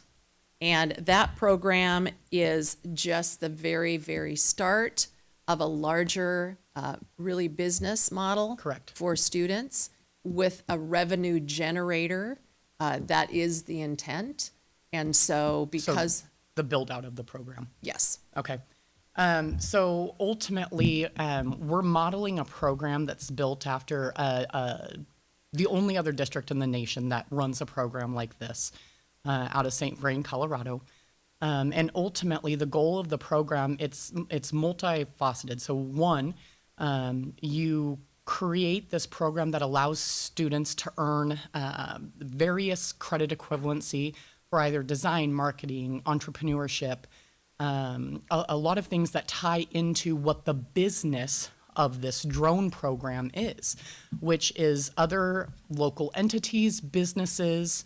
They contact the district and they're like, hey, we have a fire ban, but we want to do a 4th of July celebration. Can your team come out and perform a drone show for us? So then what happens is the students work with that local entity to determine what do they want their drone show to look like. They customize it. The students take it back. They program it. They market it. And the district, the program then charges that local entity for the show, and then that money then is reinvested into the program. So ultimately, the goal is to create a self-sustaining program over time. And so these, the drones were an expensive investment into it, but it's not just an investment into that business model, but it's also an investment into getting these kids real world experiences on both the business side, programming side, the art side. There's so many different things that can be done that it can hit these the specialties of a varied student body, and so it's not one size fits all. It's inclusive. Ashley, can I talk through just a few things? So I think what would be interesting is I was the first client, and I was able to model and plan with the students. Both from a design standpoint, as a client, they asked me questions, I said what I wanted, they said what they could deliver, all of that. If I was a personal company and I wanted to do that, or let's say a chamber or a city wanted to come, the goal would be that they would sit down as a client, they would go through, this is what we want, we want our logo, we want this, we want that. And then there would be a cost. And so this is what St. Vrain does with their underwater robotics. They work with multiple cities. They go down and, so just client. Internationally. They also work internationally, yeah. Right. And so, the cost would be per drone, which I think this is fascinating. I just learned this today. So I'm going to share this information because I found it fascinating. If we had 300 drones, it's by drone. So perhaps the price is $200 per drone times the 300, and then that would be the show. So it depends on length of show, it depends on complexity of show, it would depend on if a student had the ability to pull something. So some of what we saw in the air was pulled, like I think the fish. Mm-hmm. I think the fish was a good example. Or I know that what was that? The hot dog man? Correct. I know that guy. was a poll. Yep. Because that's a popular poll. But the things that were designed were like our trademark, Peninsula School District, those kinds of things. And then there would be an added cost for the designer to design that. So that is the model that we saw And we saw it a variety, not just with their drones, but we saw it with their underwater robotics and their other robotics that they had. They had some therapy robotics that they were kind of looking at what that could look like. And so this is the first attempt for us to look and replicate a model that is very innovative as an investment over time. And the question was intentional just because the article led off with money. Of course, And because obviously for a program that's the like nail this, biter. Yeah, even if it's a private company, you're gonna have an initial upfront investment. Correct. And then if the long-term goal, aren't gonna have to make that same investment over and over and over. So if we start charging and getting revenue back, it'll pay that Correct. initial investment back. And I think that was missing in the article, so thanks for clearing Yeah, that up. well, and one of the things to note with that, that has been a misconception. So the money that was spent on the drones, it is attached to the safety, security, and technology levy. That levy can't be used for salaries. And it can't be used for staffing. And so those are two completely different components. But one of the big drives that you even heard me talking about earlier is investing back into our programs in order to drive programs that students want to participate in, that drives our enrollment, that then drives the rest of our revenues. It's that sustainable approach of having programs that kids want, kids come here, and then our revenues increase.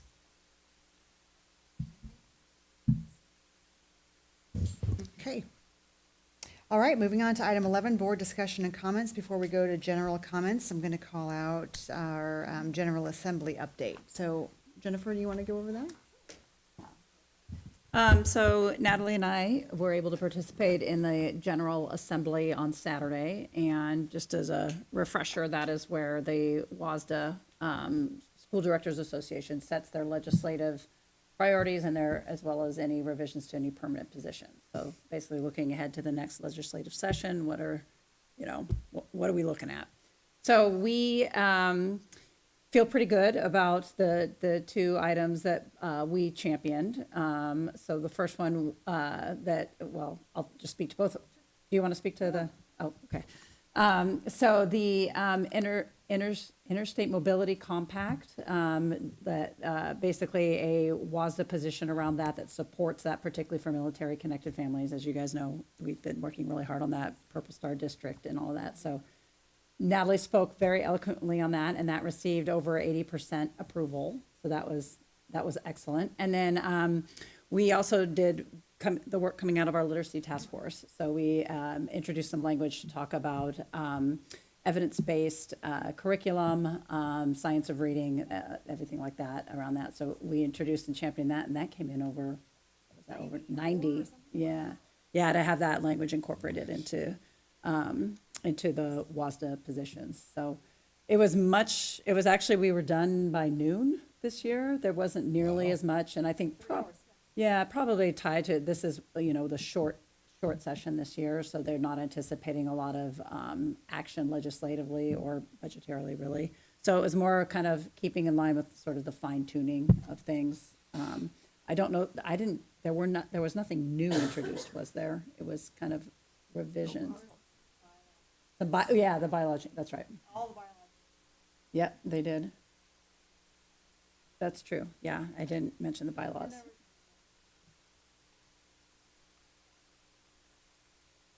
Oh, right, yeah. Well, and that was kind of an interesting one because you saw some different, that was an interesting one. So there was a motion that did pass, but it did not pass by it was in the 60s, was it? Yeah, and it was to introduce, advocate for funding around introducing like climate science, environmental science, and all these things across grade levels K-12, across all subject areas, which I don't think anybody would disagree in concept on it, but it came down to funding, right? And it came down to how many more requirements are we going to put on educators and, how many hours in a school day and where are the dollars going? And, we are of a position with a lot of other districts that, we really are looking to have a serious investment in foundational skills. So that's where we came on that. But we'll see. I mean, that could be another unfunded mandate. So, Yeah, yeah. But anyway, no, I thought they ran really well. The tech was good despite my fumbling around several times. But no, I think it ran really smoothly and there was good discussion. It didn't feel like anyone was flogging a dead horse too much. It was good. Okay. All right, that takes us to wrap up board discussion and comments. Who wants to start? Can I go down there? All right. Okay. I don't really have any thing to say that, I mean, I didn't do anything in the last 2 weeks, but that I didn't attend anything. I had some things going on. One of the things that we've heard over is that I think one of the things that we may have a weakness in is sometimes is communication, and oftentimes what's communicated in the news or whatever around our school district often is not positive. And so I do hope that these two amazing things we heard about tonight,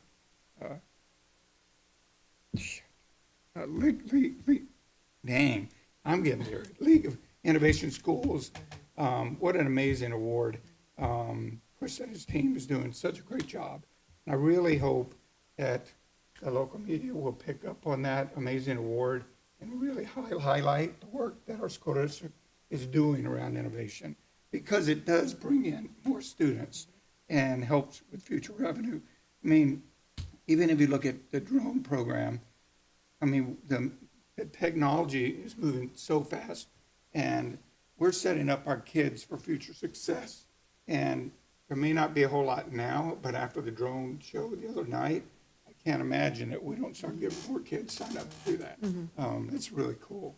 And then as well as the EHS National Unified Award. Hope both of those end up in the paper. Thanks.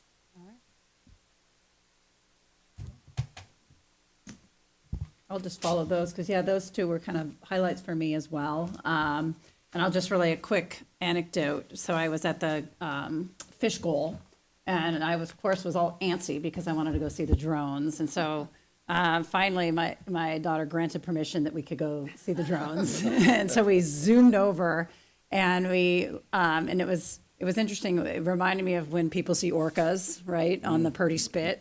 We were coming down Busich, and there were just cars pulled over all along the sides of the roads, all the way back. Yeah, and so I was one of them. Yeah. So, oh yeah. So I pulled off, and we kind of go jogging, kind of picking through the bushes to get to the sidewalk, and there's people lined up, and we kind of we're just south of the entrance to Pioneer. And so we're standing there, and teenagers are, they have a high bar to be impressed. And this one was very impressed, so she's filming it, and I'm filming it, and we're both chit chatting. And then there's a gentleman next to me, an older gentleman, and he's FaceTime. I can hear him talking on his camera, and he's going, "I don't know what this is," and you can hear this voice on the other side going, "Well, just ask someone." And then he turns to me and he goes, "Excuse me, what is this?" And so I'm like, "Well, sir," and I gave him the talk, and he looks at me and he goes, "Wait, so these are kids?" I said, "Yeah, this is," and he goes, "Well, what is this? Some technology Bill Gates special school?" And I'm like, "What?" I said, "No, I mean, this is your public schools right here." And he just goes, "My goodness," and he's saying into his camp, and he goes, "Our generation, we just can't imagine what kids today are able to do," right? And it was such an amazing moment because it was completely unscripted. This is somebody who has zero connection, clearly, to the schools if he thinks this is, the Bill Gates special tech school. And it was just such a moment of, and there's something really special. I was thinking about this, about the drones and the lights and the night sky, kind of like what was so moving about the astronomy club and their observations, right? There's just something about that experience that really is inspiring awe beyond like, what is this career technical preparation we're doing? I mean, it's much bigger, right? And it was such a neat moment. So I'm really grateful that, we are at this point to launch this, and I can't wait to see where it goes. And I mean, real quick, again, we've shouted out the Unified, but I don't think we can celebrate that enough. And I think what was so neat about that for me is that, having had my nephews go through a similar type program up in the Shoreline School Districts where they had these inclusive classrooms.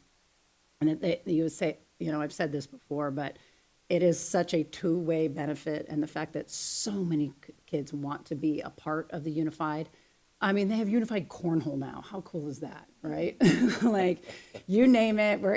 Why would you do cornhole? You want to do unified cornhole, right? And it's just, it speaks so well to the staff and their support of it, but to the kids as well. I mean, it is what you want to do at Peninsula. And so, hats off to everybody over there. And I know Gig Harbor's right on their heels getting involved.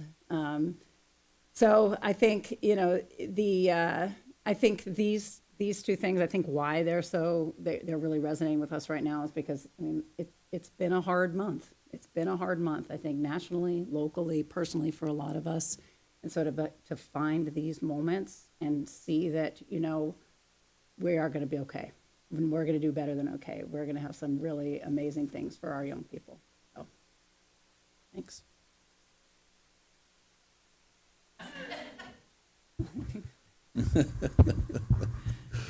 I'm all about jobs.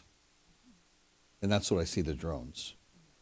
The drones are kids learning technologies that they can make a living at. In my generation, I have two friends who recently sold their companies. Neither one of them went to college. And now they're worth millions.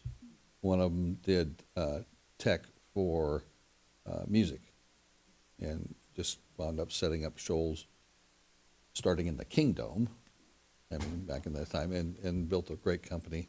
Another one just sold his pyrotechnics company, and he was doing the Mariners and everybody else. So that company just changed hands. And they were both Peninsula High School kids who never went to college, who just built companies. And here's another one with drones.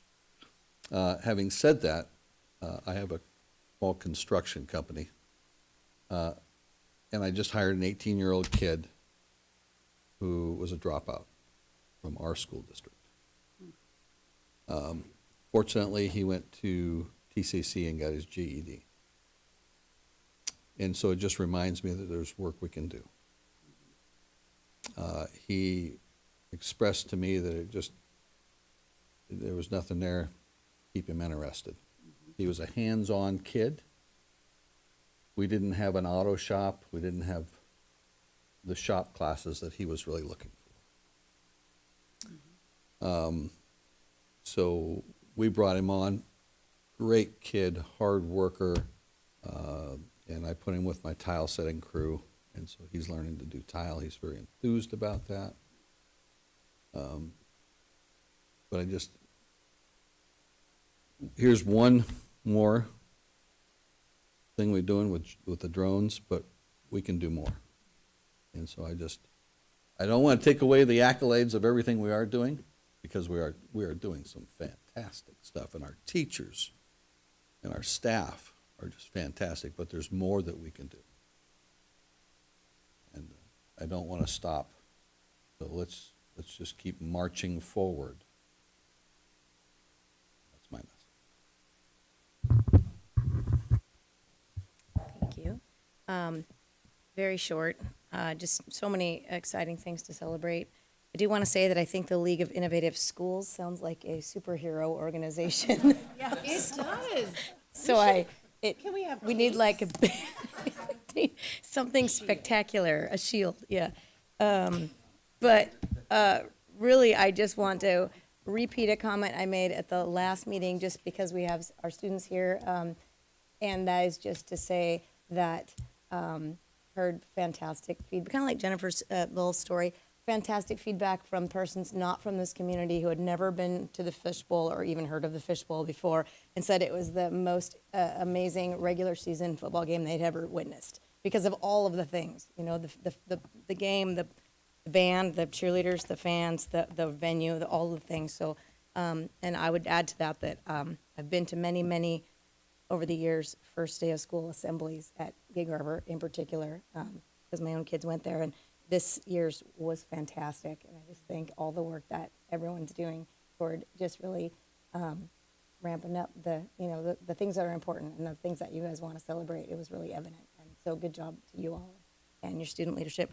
And then just to echo what you said really sums all of it up. And that is how exciting it is for, I think, all of us to see the needle moving in areas that we have all specifically identified as being critical and so important. It's just really fun to celebrate when they do, and then also good to be encouraged to keep working on the things that could be better, because there's always things. So that's all.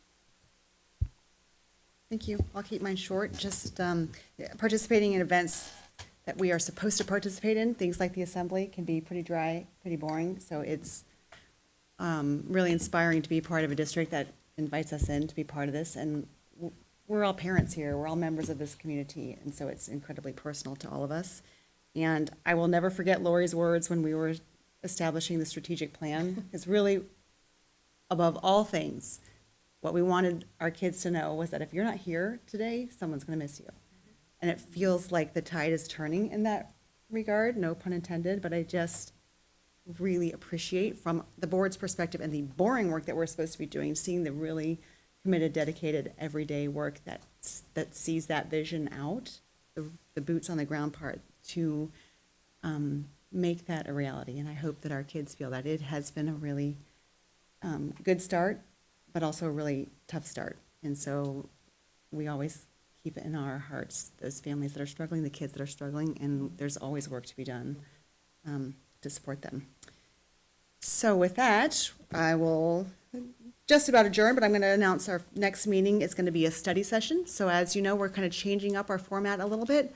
Study sessions starting in October will be our road shows. So we're going to be at Key Peninsula Middle School next October 7th, starting at, the study session is at 6:00 p.m., but prior to that at 5 o'clock, we're going to host another open town hall meeting. That's an opportunity for members of the community to come in and have some face-to-face and dialogue back and forth with the school board and superintendent. And I think you'll bring probably some cabinet members, probably some administrators from our Key Peninsula schools out there. And that was really successful last time, so we're looking forward to doing that again. So that will be, like I said, October 7th, 6:00 p.m. for the study session itself, Key Peninsula Middle School. And if you have any questions prior to that, let us know. Our next board meeting will be back here at Swiftwater Elementary on October 21st at 6:00 p.m. And with that, at 8:12, we are adjourned.